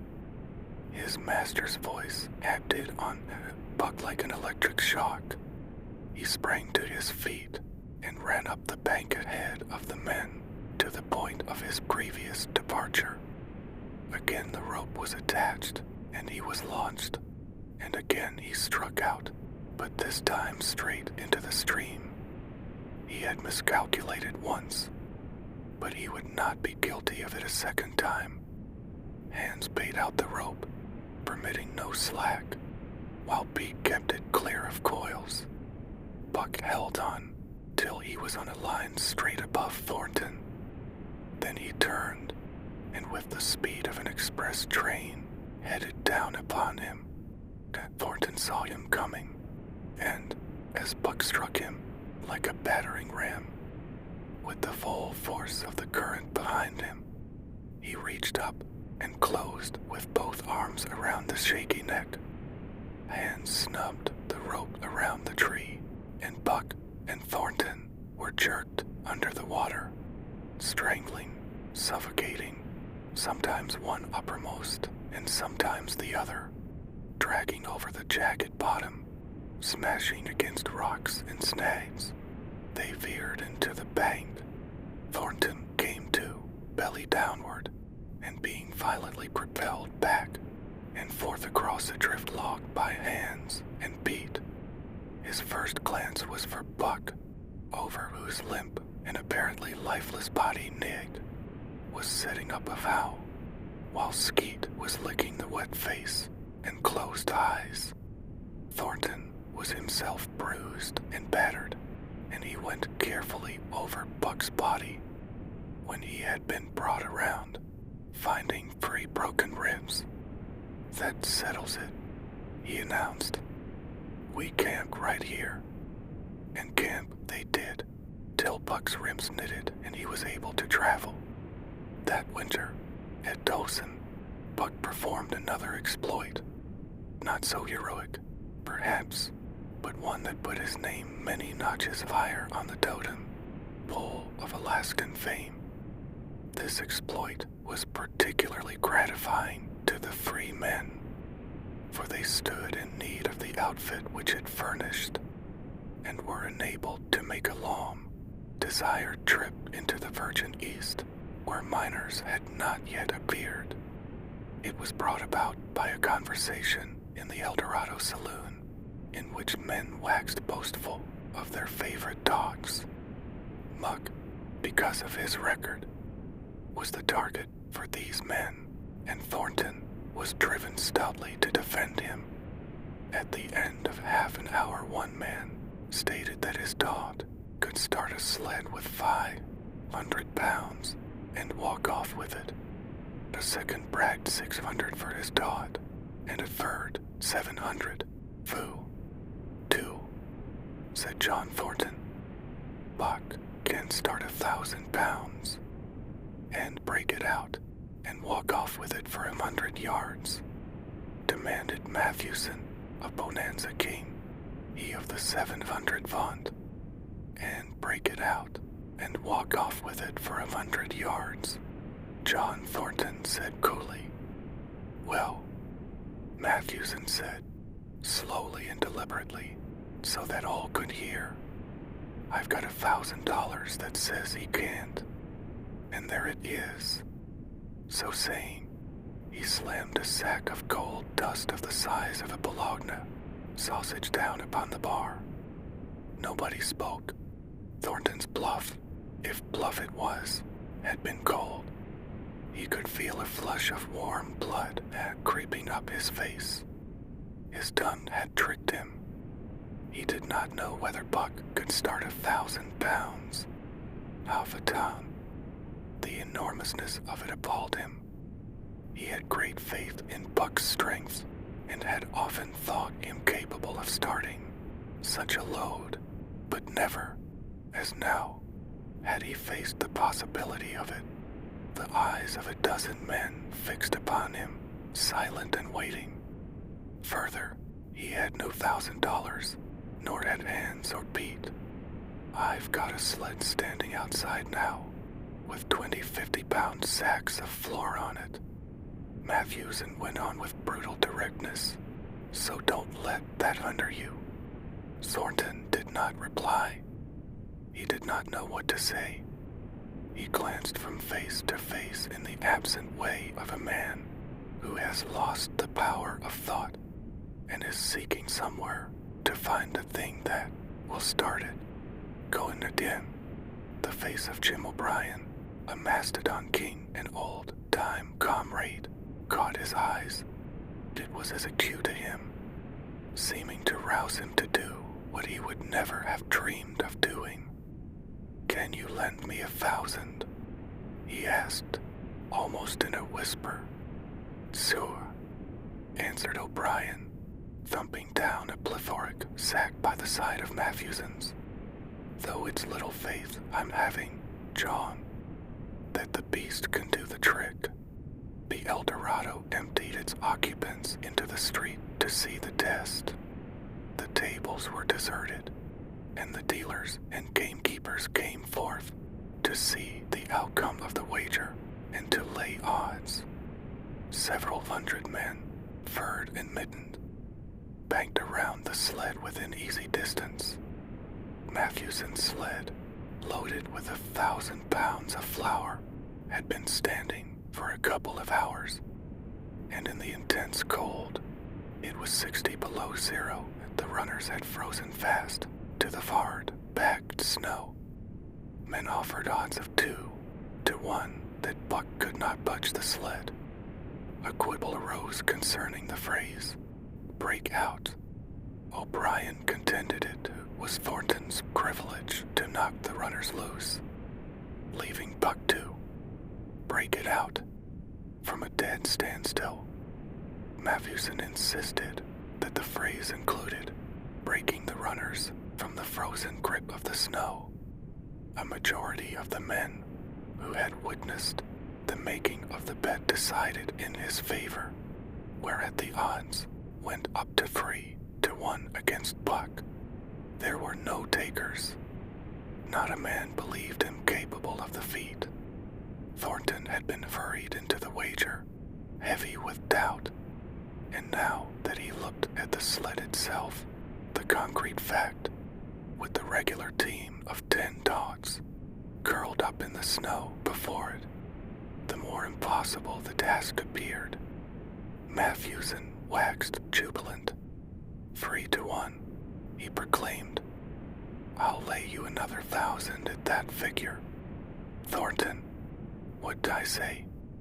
Thornton's doubt was strong in his face, but his fighting spirit was aroused. The fighting spirit that soars above odds, fails to recognize the impossible, and is deaf to all save the claimer for battle.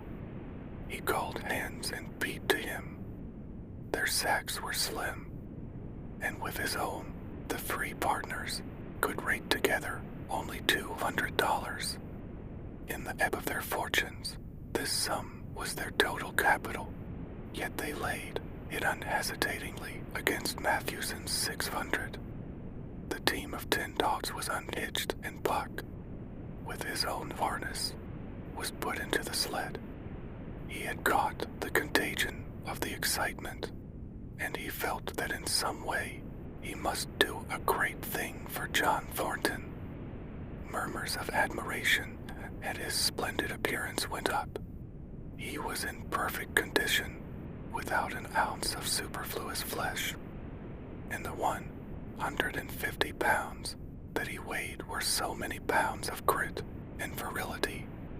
His furry coat shone with the sheen of silk. Down the neck and across the shoulders, his mane, in repose as it was, has bristled and seemed to lift with every movement, as though excess of vigor made each particular hair alive and active. The great breast and heavy forelegs were no more than in proportion with the rest of the body, where the muscles showed in tight rolls underneath the skin. Men felt these muscles and proclaimed them hard as iron, and the odds went down to 2 to 1. Gad, sir. Dad, sure, stuttered a member of the latest dynasty, a king of the Skookum benches. I offer you 800 for him, sir, before the test, sir. 800 just as he stands. Thornton shook his head and stepped to Buck's side. You must stand off from him. Matthewson protested. Free play and plenty of room. The crowd fell silent. Only could be heard the voices of the gamblers, vainly offering 2 to 1. Everybody acknowledged Buck a magnificent animal, but 20-50-pound sacks of flour bulbed too large in their eyes for them to loosen their pouch strings. Thornton knelt down by Buck's side. He took his head in his 2 hands and rested cheek on cheek. He did not playfully shake him, as was his wont, or murmur soft love curses, but he whispered in his ear, "Days you love me, Buck, as you love me," was what he whispered. Buck whined with suppressed eagerness. The crowd was watching curiously. The affair was growing mysterious. It seemed like a conjuration. As Thornton got to his feet, Buck seized his mittened hand between his jaws, pressing in with his teeth and releasing slowly, half reluctantly. It was the answer in terms not of speech, but of love. Thornton stepped well back. "Now, Buck," he said. Buck tightened the traces, then slacked them for a matter of several inches. It was the way he had learned. "T." Thornton's voice rang out, sharp in the tense silence. Buck swung to the right, ending the movement in a plunge that took up the slack and with a sudden jerk arrested his 150 pounds. The load quivered, and from under the runners arose a crisp crackling. "Yeah," Thornton commanded. Buck duplicated the man-o over, this time to the left. The crackling turned into a snapping, the sled pivoting, and the runners slipping and grating several inches to the side. The sled was broken out. Men were holding their breaths, intensely unconscious of the fact. "Now, U.S." Thornton's command cracked out like a pistol shot. Buck threw himself forward, tightening the traces with a jarring lunge. His whole body was gathered compactly together in the tremendous effort, the muscles writhing and knotting like live things under the silky fur. His great chest was low to the ground, his head forward and down, while his feet were flying like mad, the claws scaring the hard, packed snow in parallel grooves. The sled swayed and trembled, half started forward. One of his feet slipped, and one man groaned aloud. Then the sled lurched ahead in what appeared a rapid succession of jerks, though it never really came to a dead stop again. Half an inch, 2 inches. The jerks perceptibly diminished as the sled gained momentum. He caught them up till it was moving steadily along. Men gasped and began to breathe again, unaware that for a moment they had ceased to breathe. Thornton was running behind, encouraging Buck with short, cheery words. The distance had been measured off, and as he neared the pile of firewood, which marked the end of the 100 yards, a cheer began to grow and grow, which burst into a roar as he passed the firewood and halted at command. Every man was tearing himself loose, even Matthewson. Hats and mittens were flying in the air. Men were shaking hands, it did not matter with whom, and bubbling over in a general incoherent babel. But Thornton fell on his knees beside Buck. Head was against head, and he was shaking him back and forth.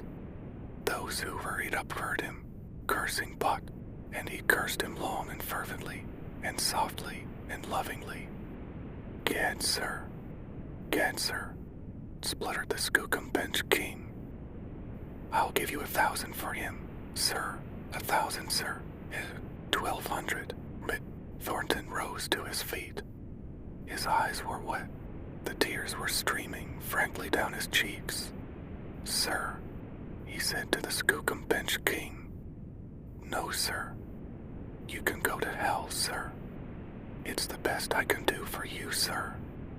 But Buck seized Thornton's hand in his teeth.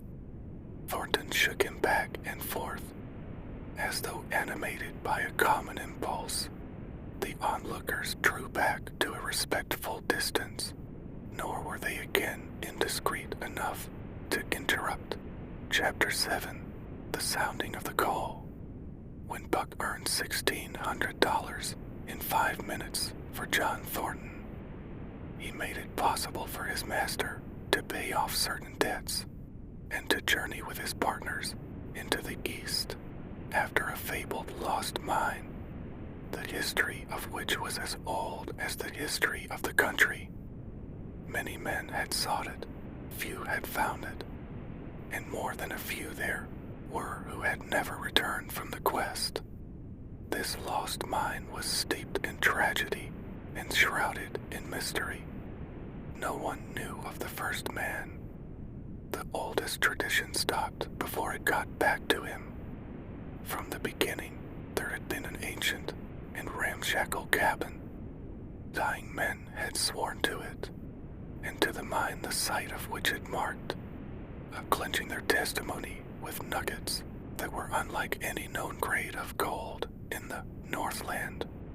But no living man had looted this treasure house, and the dead were dead, wherefore John Thornton and Pete and Hans, with Buck and half a dozen other dogs, faced into the east on an unknown trail to achieve where men and dogs as good as themselves had failed.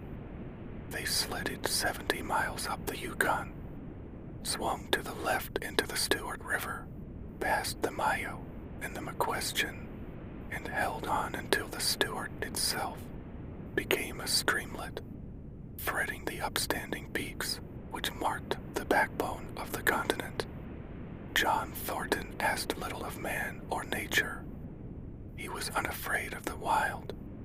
With a handful of salt and a rifle, he could plunge into the wilderness and fare wherever he pleased, and as long as he pleased, being in no haste. Indian fashion, he hunted his dinner in the course of the day's travel, and if he failed to find it, like the Indian, he kept on traveling, secure in the knowledge that sooner or later he would come to it. So, on this great journey into the East, straight neat was the bill of fare. Ammunition and tools principally made up the load on the sled, and the time guard was drawn upon the limitless future. To Bucket was boundless delight. This hunting, fishing, and indefinite wandering through strange places.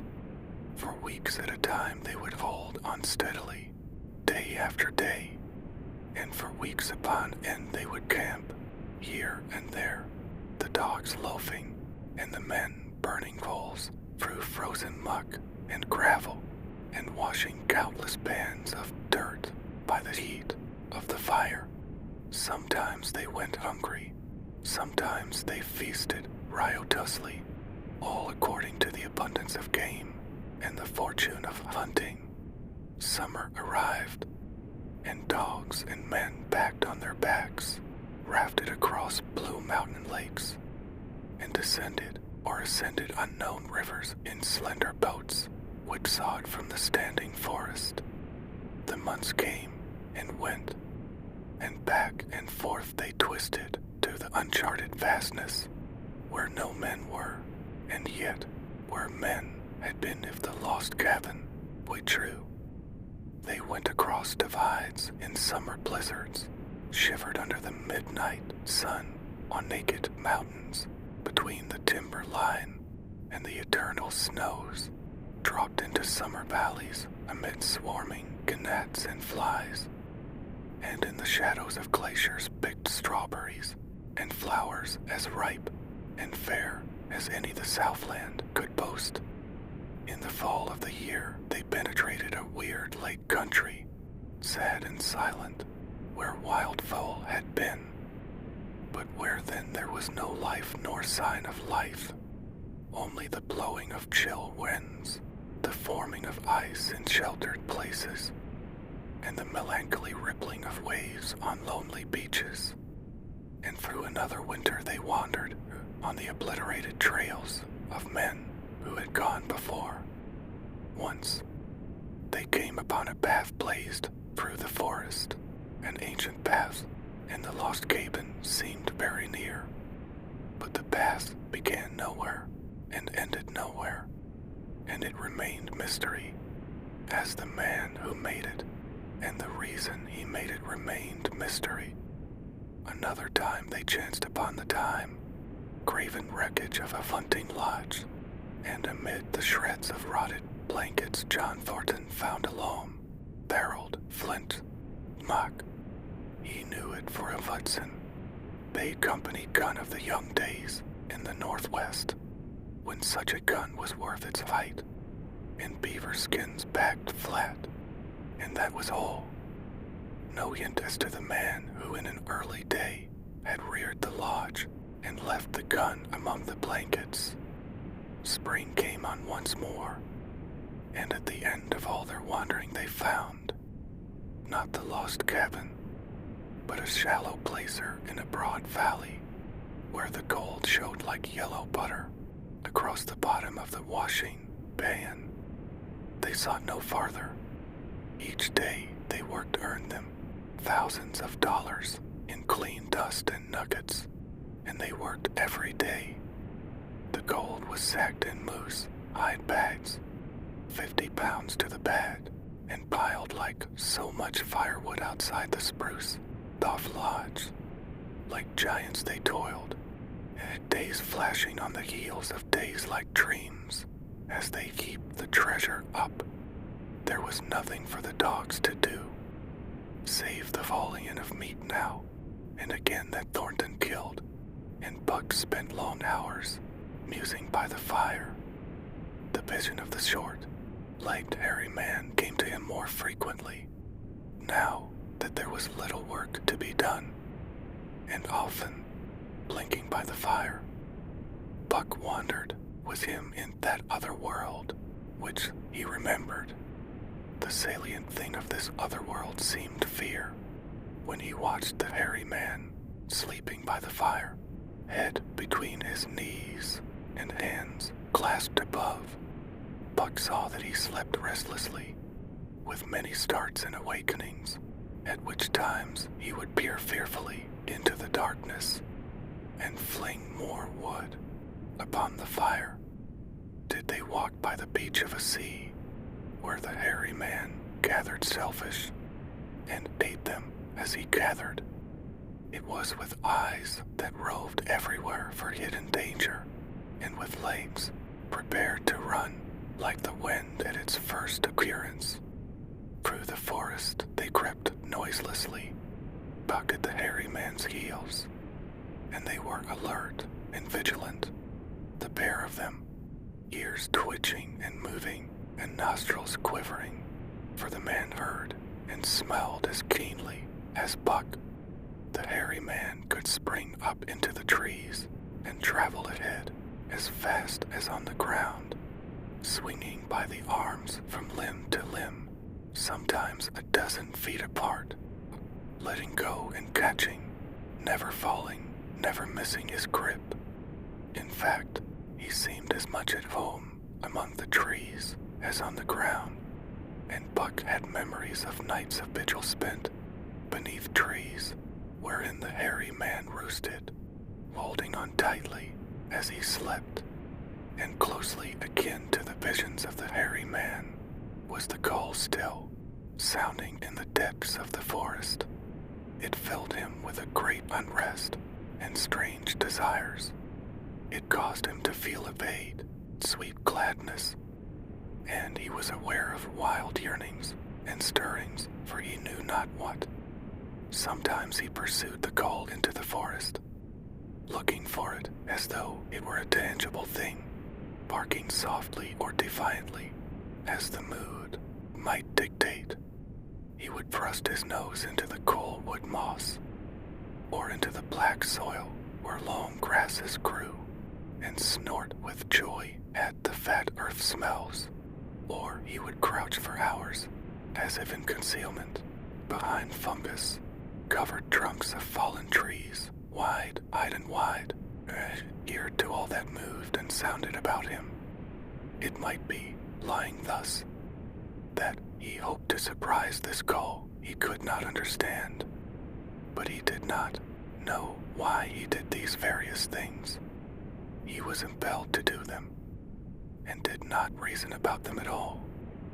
Irresistible impulses seized him, he would be lying in camp, dozing lazily in the heat of the day, when suddenly his head would lift and his ears cock up, intent and listening, and he would spring to his feet and dash away, and on, for hours, through the forest aisles and across the open spaces where the niggerheads bunched.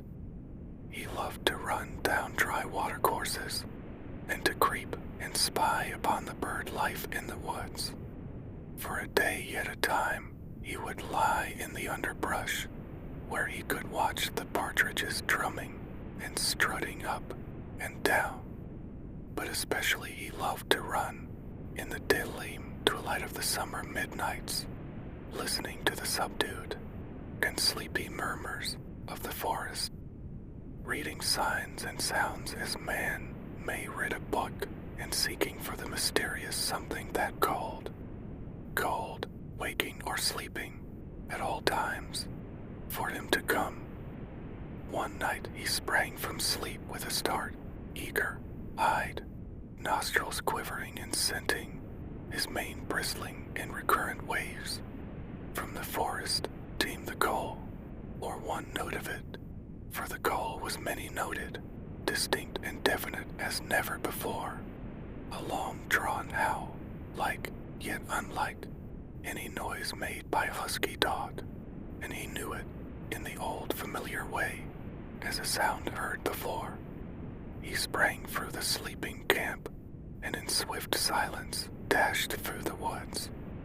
As he drew closer to the cry, he went more slowly, with caution in every movement, till he came to an open place among the trees, and looking out saw, erect on haunches, with nose pointed to the sky, a long, clean timber wolf.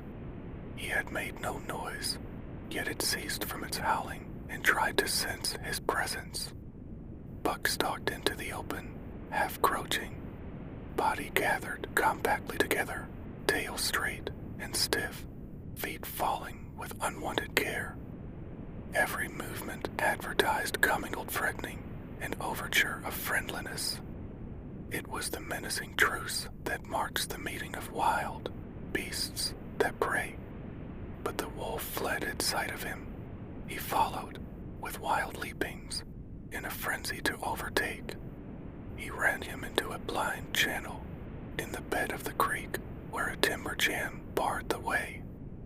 The wolf whirled about, divoting on his hind legs after the fashion of Joe, and of all cornered husky dogs, snarling and bristling, clipping his teeth together in a continuous and rapid succession of snaps. Buck did not attack, but circled him about and hedged him in with friendly advances. The wolf was suspicious and afraid, for Buck made free of him in weight, while his head barely reached Buck's shoulder. Watching his chance, he darted away, and the chase was resumed. Time and again he was cornered, and the thing repeated, though he was in poor condition, or Buck could not so easily have overtaken him. He would run till Buck's head was even with his flank, when he would whirl around at bay, only to dash away again at the first opportunity. But in the end Buck's pertinacity was rewarded, for the wolf, finding that no harm was intended, finally sniffed noses with him. Then they became friendly, and played about in the nervous, half-coy way with which fierce beasts believe their fierceness. After some time of this, the wolf started off at an easy lope, in a manner that plainly showed he was going somewhere. He made it clear to Buck that he was to come, and they ran side by side through the somber twilight, straight up the creek bed, into the gorge from which it issued, and across the bleak divide where it took its rise.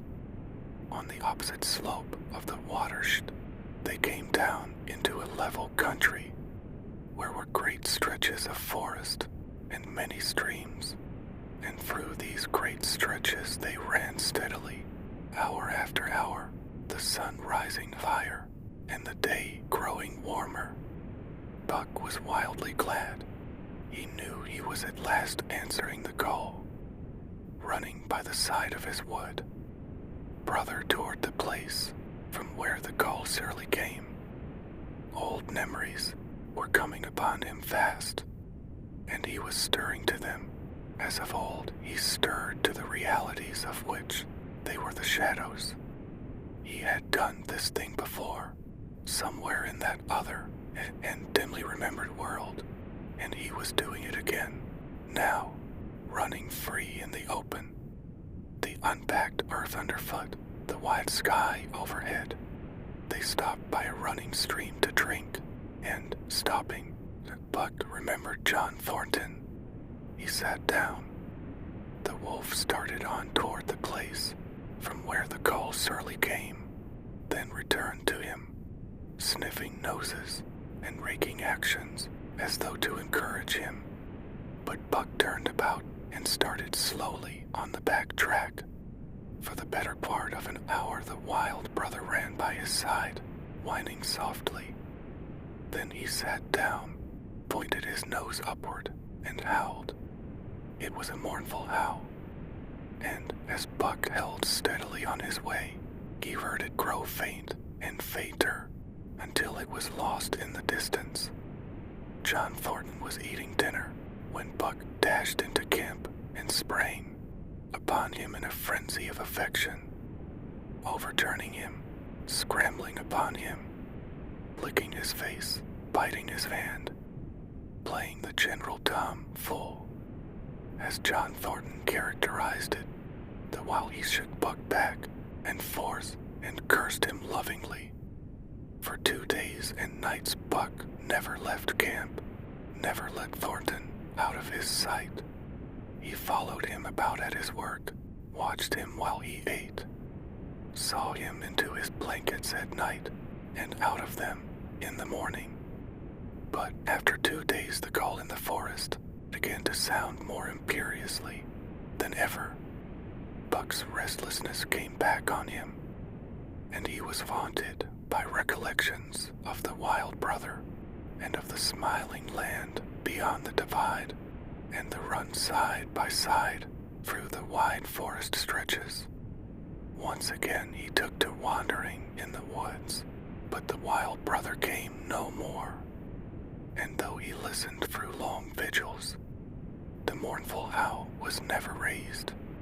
He began to sleep out at night, staying away from camp for days at a time, and once he crossed the divide at the head of the creek and went down into the land of timber and streams.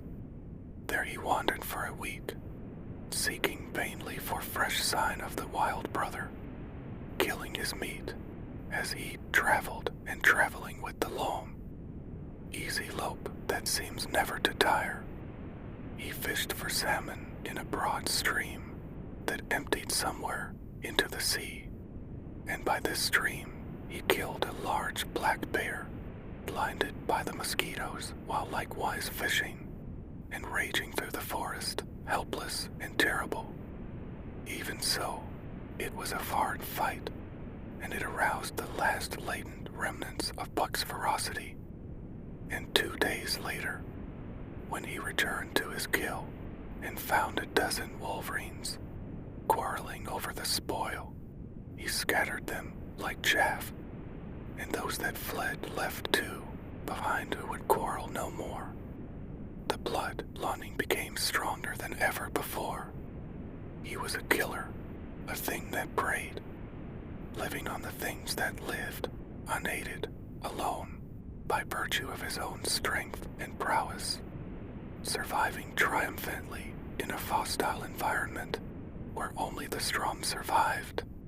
Because of all this, he became possessed of a great pride in himself, which communicated itself like a contagion to his physical being. It advertised itself in all his movements, was apparent in the play of every muscle, spoke plainly as speech in the way he carried himself and made his glorious furry coat, if anything, more glorious. But for the stray brown on his muzzle and above his eyes, and for the splash of white hair that ran midmost down his chest, he might well have been mistaken for a gigantic wolf, larger than the largest of the breed. From his St. Bernard father, he had inherited size and weight, but it was his shepherd mother who had given shape to that size and weight. His muzzle was the long wolf muzzle, save that it was larger than the muzzle of any wolf, and his head, somewhat broader, was the wolf head on a massive scale. His cunning was wolf cunning, and wild cunning, his intelligence, shepherd intelligence, and St. Bernard intelligence, and all this, plus an experience gained in the fiercest of schools, made him as formidable a creature as any that roamed the wild, a carnivorous animal living on a straight meat diet. He was in full flower, at the high tide of his life, overspilling with vigor and virility.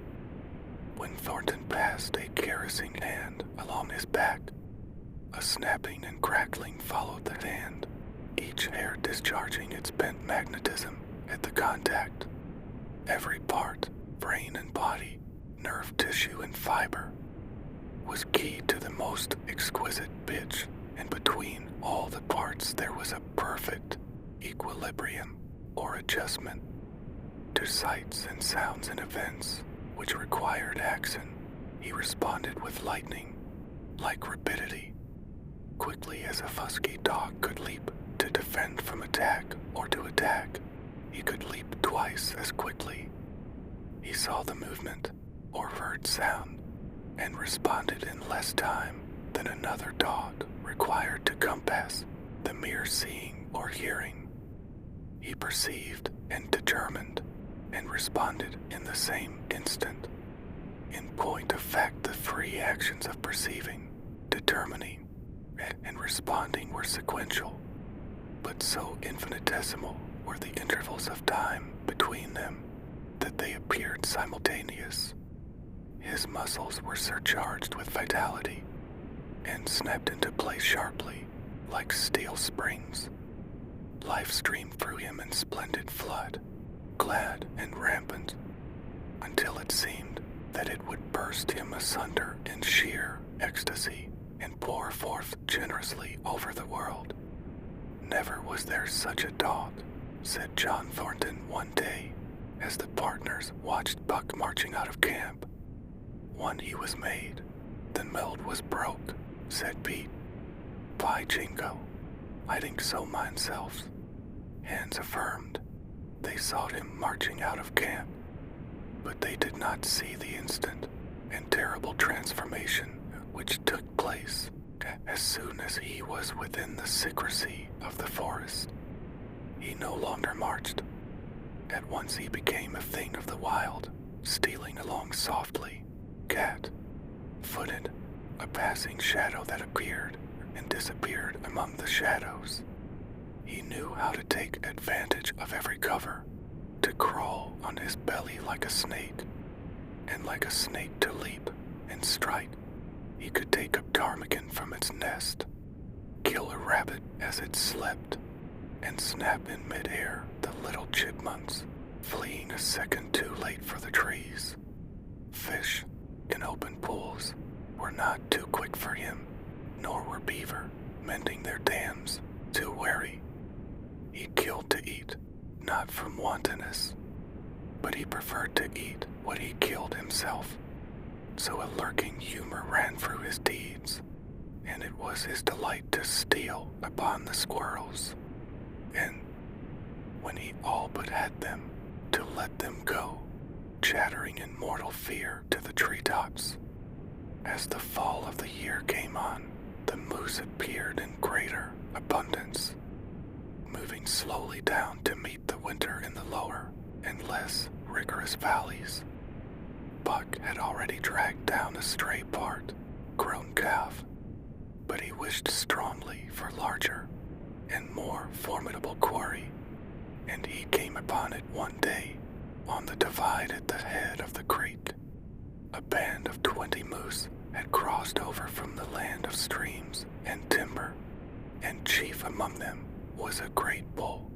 He was in a savage temper, and, standing over 6 feet from the ground, was as formidable an antagonist as even Buck could desire. Back and forth the bull tossed his great, palmated antlers, branching to 14 points and embracing 7 feet within the tips. His small eyes burned with a vicious and bitter light, while he roared with fury at sight of Buck.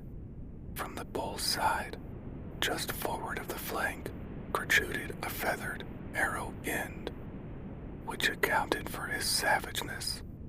Guided by that instinct which came from the old hunting days of the primordial world, Buck proceeded to cut the bull out from the herd.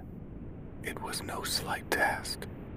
He would bark and dance about in front of the bull, just out of reach of the great antlers and of the terrible splay roofs, which could have stamped his life out with a single blow, unable to turn his back on the fanged danger and go on. The bull would be driven into paroxysms of rage. At such moments, he charged Buck, who retreated craftily, luring him on by a simulated inability to escape. But when he was thus separated from his fellows, 2 or 3 of the younger bulls would charge back upon Buck and enable the wounded bull to rejoin the herd. There is a patience of the wild, dogged, tireless, persistent as life itself, that holds motionless for endless hours the spider in its web, the snake in its coils, the panther in its ambuscade. This patience belongs peculiarly to life when it hunts its living food, and it belonged to Buck as he clung to the flank of the herd, retarding its march, irritating the young bulls, worrying the cows with their half-grown calves, and driving the wounded bull mad with helpless rage. For half a day this continued. Buck multiplied himself, attacking from all sides, enveloping the herd in a whirlwind of menace, cutting out his victim as fast as it could rejoin its mates, wearing out the patience of creatures preyed upon, which is a lesser patience than that of creatures preying. As the day wore along, and the sun dropped to its bed in the northwest, and the darkness had come back, and the full nights were 6 hours long, the young bulls retraced their steps more and more reluctantly to the aid of their beset leader. The down-coming winter was harrying them onto the lower levels, and it seemed they could never shake off this tireless creature that held them back. Besides, it was not the life of the herd or of the young bulls that was threatened.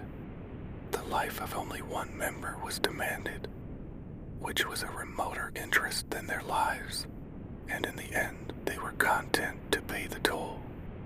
As twilight fell, the old bull stood with lowered head, watching his mates, the cows he had known, the calves he had fathered, the bulls he had mastered, as they shambled on at a rapid pace through the fading light. He could not follow, for before his nose leaped the merciless, fanged terror that would not let him go. 300 weight more than half a ton he weighed. He had lived a long, strong life, full of fight and struggle, and at the end he faced death at the teeth of a creature whose head did not reach beyond his great knuckled knees. From then on, night and day, Buck never left his prey, never gave it a moment's rest, never permitted it to browse the leaves of trees or the shoots of young birch and willow, nor did he give the wounded bull slake is burning first in the slender trickling streams they crossed. Often, in desperation, he burst into long stretches of flight. At such times, Buck did not attempt to stay him, but loped easily at his heels, satisfied with the way the game was played, lying down when the moose stood still, attacking him fiercely when he strove to eat or drink. The great head drooped more and more under its tree of horns, and the shambling trot grew weak and weaker. He took to standing for long periods, with nose to the ground and dejected ears dropped limply, and Buck found more time in which to get water for himself and in which to rest. At such moments, panting with red lolling tongue and with eyes fixed upon the big bull, it appeared to Buck that a change was coming over the face of things. He could feel a new stir in the land. As the moose were coming into the land, other kinds of life were coming in. Forest and stream and air seemed palpitant with their presence. The news of it was borne in upon him, not by sight or sound or smell, but by some other and subtler sense. He heard nothing, saw nothing, yet knew that the land was somehow different, that through it strange things were afoot and raging, and he resolved to investigate after he had finished the business in hand. At last, at the end of the fourth day, he pulled the great moose down. For a day and a night he remained by the kill, eating and sleeping, turn and turn about. Then, rested, refreshed and strong, he turned his face toward camp and John Thornton.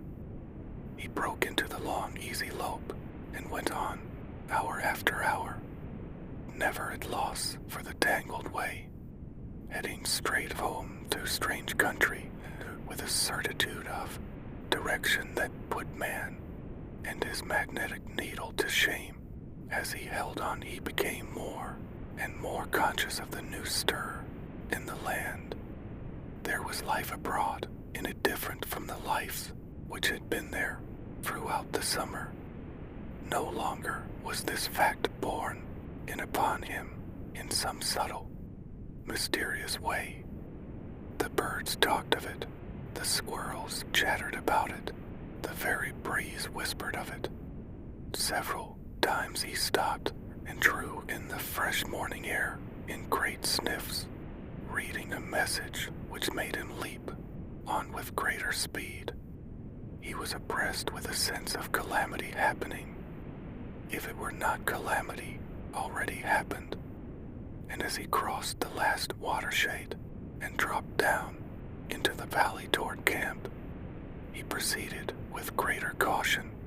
3 miles away, he came upon a fresh trail that sent his neck hair rippling and bristling. It led straight toward camp and John Thornton. Buck hurried on, swiftly and stealthily, every nerve straining and tense, alert to the multitudinous details which told a story, all but the end. His nose gave him a varying description of the passage of the life on the heels of which he was traveling. He remarked the pregnant silence of the forest. The bird life had flitted. The squirrels were inviting.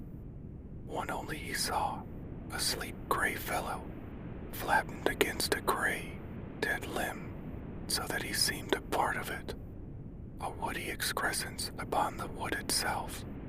As Buck slid along with the obscureness of a gliding shadow, his nose was jerked suddenly to the side, as though a positive force had gripped and pulled it. He followed the new scent into a thicket and found Ned. He was lying on his side, dead, where he had dragged himself, an arrow protruding, head and feathers, from either side of his body. 100 yards further on, Buck came upon one of the sled dogs Thornton had bought in Dawson. This dog was thrashing about in a death struggle directly on the trail, and Buck passed around him without stopping. From the gap came the faint sound of many voices, rising and falling in a sing-song chant.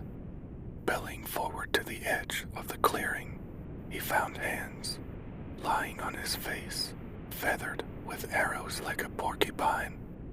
At the same instant, Buck peered out where the spruce Boff Lodge had been and saw what made his hair leap straight up on his neck and shoulders. A gust of overpowering rage swept over him. He did not know that he growled, but he growled aloud with a terrible ferocity. For the last time in his life, he allowed passion to usurp cunning and reason. And it was because of his great love for John Thornton that he lost his head. The Yeats were dancing about the wreckage of the spruce Boff Lodge when they heard a fearful roaring and saw rushing upon them an animal, the like of which they had never seen before. It was Buck, a live hurricane of fury, hurling himself upon them in a frenzy to destroy. He sprang at the foremost man. It was the chief of the Yeats, ripping the throat wide open till the rent jugular spouted a fountain of blood. He did not pause to worry the victim, but ripped in passing, with the next bound tearing wide the throat of a second man.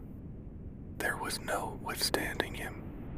He plunged about in their very midst, tearing, rending, destroying in constant and terrific motion which defied the arrows they discharged at him. In fact, so inconceivably rapid were his movements, and so closely were the Indians tangled together, that they shot one another with the arrows, and one young hunter, hurling a spear at Buck in midair, drove it through the chest of another hunter with such force that the point broke through the skin of the back and stood out beyond. Then a panic seized the Yeats, and they fled in terror to the woods, proclaiming as they fled the advent of the evil spirit. And truly Buck was the fiend incarnate, raging at their heels and dragging them down like deer as they raced through the trees. It was a fateful day for the Yeats. They scattered far and wide over the country, and it was not till a week later that the last of the survivors gathered together in a lower valley and counted their losses. As for Buck, wearying of the pursuit, he returned to the desolated camp. He found Pete where he had been killed in his blankets in the first moment of surprise. Thornton's desperate struggle was fresh, written on the earth, and Buck scented every detail of it down to the edge of a deep pool. By the edge, head and 4 feet in the water, lay Skeet, faithful to the last. The pool itself, muddy and discolored from the sluice boxes, effectually hid what it contained, and it contained John Thornton, for Buck followed his trace into the water, from which no trace led away. All day Buck brooded by the pool, or roamed restlessly about the camp. Death as a cessation of movement, as a passing out and away from the lives of the living, he knew, and he knew John Thornton was dead. It left a great void in him, somewhat akin to hunger, but a void which atched and aged, and which food could not fill. At times, when he paused to contemplate the carcasses of the Yeats, he forgot the pain of it, and at such times he was aware of a great pride in himself, a pride greater than any he had yet experienced. He had killed man, the noblest game of all, and he had killed in the face of the law of club and fang. He sniffed the bodies curiously. They had died so easily, It was harder to kill a husky dog than them. They were no match at all, were it not for their arrows and spears and clubs. Thenceforward he would be unafraid of them except when they bore in their hands their arrows, spears, and clubs. Night came on, and a full moon rose high over the trees into the sky, lighting the land till it lay bathed in ghostly day. And with the coming of the night, brooding and mourning by the pool, Buck became alive to a stirring of the new life in the forest other than that which the ye-hats had made. He stood up, listening and scenting. From far away drifted a faint, sharp yelp, followed by a chorus of similar sharp yelps. As the moments passed, the yelps grew closer and louder. Again, Buck knew them as things heard in that other world, which persisted in his memory. He walked to the center of the open space and listened. It was the call, the many-noted call, sounding more luringly and compellingly than ever before, and as never before, he was ready to obey. John Thornton was dead. The last die was broken. Man and the claims of man no longer bound him, hunting their living meat as the ye-hats were hunting it on the flanks of the migrating moose.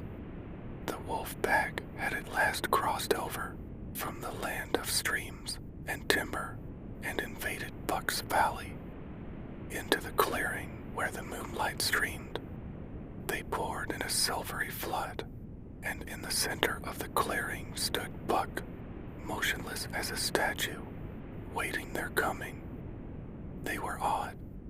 So still and large he stood, and a moment's pause fell, till the boldest one leaped straight for him. Like a flash Buck struck, breaking the neck. Then he stood, without movement, as before, the stricken wolf rolling in agony behind him. 3 others tried it in sharp succession, and one after the other they drew back, streaming blood from slashed throats or shoulders. This was sufficient to fling the foal back forward. Go, no. Crowded together, blocked and confused by its eagerness to pull down the prey. Buck's marvelous quickness and agility stood him in good stead. Pivoting on his hind legs and snapping and gashing, he was everywhere at once, presenting a front which was apparently unbroken. So swiftly did he whirl and guard from side to side. But to prevent them from getting behind him, he was forced back, down past the pool, and into the creek bed, till he brought up against a high gravel bank. He worked along to a right angle in the bank, which the men had made in the course of mining, and in this angle he came to bay, protected on 3 sides and with nothing to do but face the front. And so well did he face it, that at the end of half an hour the wolves drew back discomfited. The tongues of all were out and lolling, the white fangs showing cruelly white in the moonlight. Some were lying down with hesed and rayed ears pricked forward. Others stood on their feet, watching him, and still others were lapping water from the pool. One wolf, long and lean and gray, advanced cautiously in a friendly manner, and Buck recognized the wild brother with whom he had run for a night and a day. He was whining softly, and, as Buck whined, they touched noses. Then an old wolf, gaunt and battle-scared, came forward. Buck writhed his lips into the preliminary of a snarl, but sniffed noses with him, whereupon the old wolf sat down, pointed nose at the moon, and broke out the long wolf howl. The others sat down and howled, and now the call came to Buck in unmistakable accents. He, too, sat down and howled. This over, he came out of his angle and the pack crowded around him, sniffing in half-friendly, half-savage manner. The leaders lifted the yelp of the pack and sprang away into the woods. The wolves swung in behind, yelping in chorus, and Buck ran with them, side by side with the wild brother, yelping as he ran. And here may well end the story of Buck. The years were not many when the Yeehats noted a change in the breed of timber wolves, for some were seen with splashes of brown on head and muzzle, and with a rift of white centering down the chest. But more remarkable than this, the Yeehats tell of a ghost dog that runs at the head of the pack. They are afraid of this ghost dog, for it has cunning greater than they, stealing from their camps in fierce winters, robbing their traps, slaying their dogs, and defying their bravest hunters. Nay, the tale grows worse. Hunters there are who fail to return to the camp, and hunters there have been whom their tribesmen found with throats slashed cruelly open and with wolf prints about them in the snow greater than the prints of any wolf. Each fall, when the Yeehats follow the movement of the moose, there is a certain valley which they never enter, and women there are who become sad when the word goes over the fire of how the evil spirit came to select that valley for an abiding place. In the summers there is one visitor, however, to that valley, of which the Yeehats do not know. It is a great, gloriously coated wolf, light and yellow and white, all other wolves. He crosses alone from the smiling timberland and comes down into an open space among the trees. Here a yellow stream flows from rotted moose, hide sacks, and sinks into the ground, with long grasses growing through it, and vegetable mood overrunning it, and hiding its yellow from the sun. And here he muses for a time, howling once, long and mournfully, ere he departs. But he is not always alone. When the long winter nights come on, and the wolves follow their meat into the lower valleys, he may be seen running at the head of the pack through the pale moonlight or glimmering borealis, leaping gigantic above his fellows, his great throat a bellow as he sings a song of the underworld, which is the song of the pack. I hope you've enjoyed this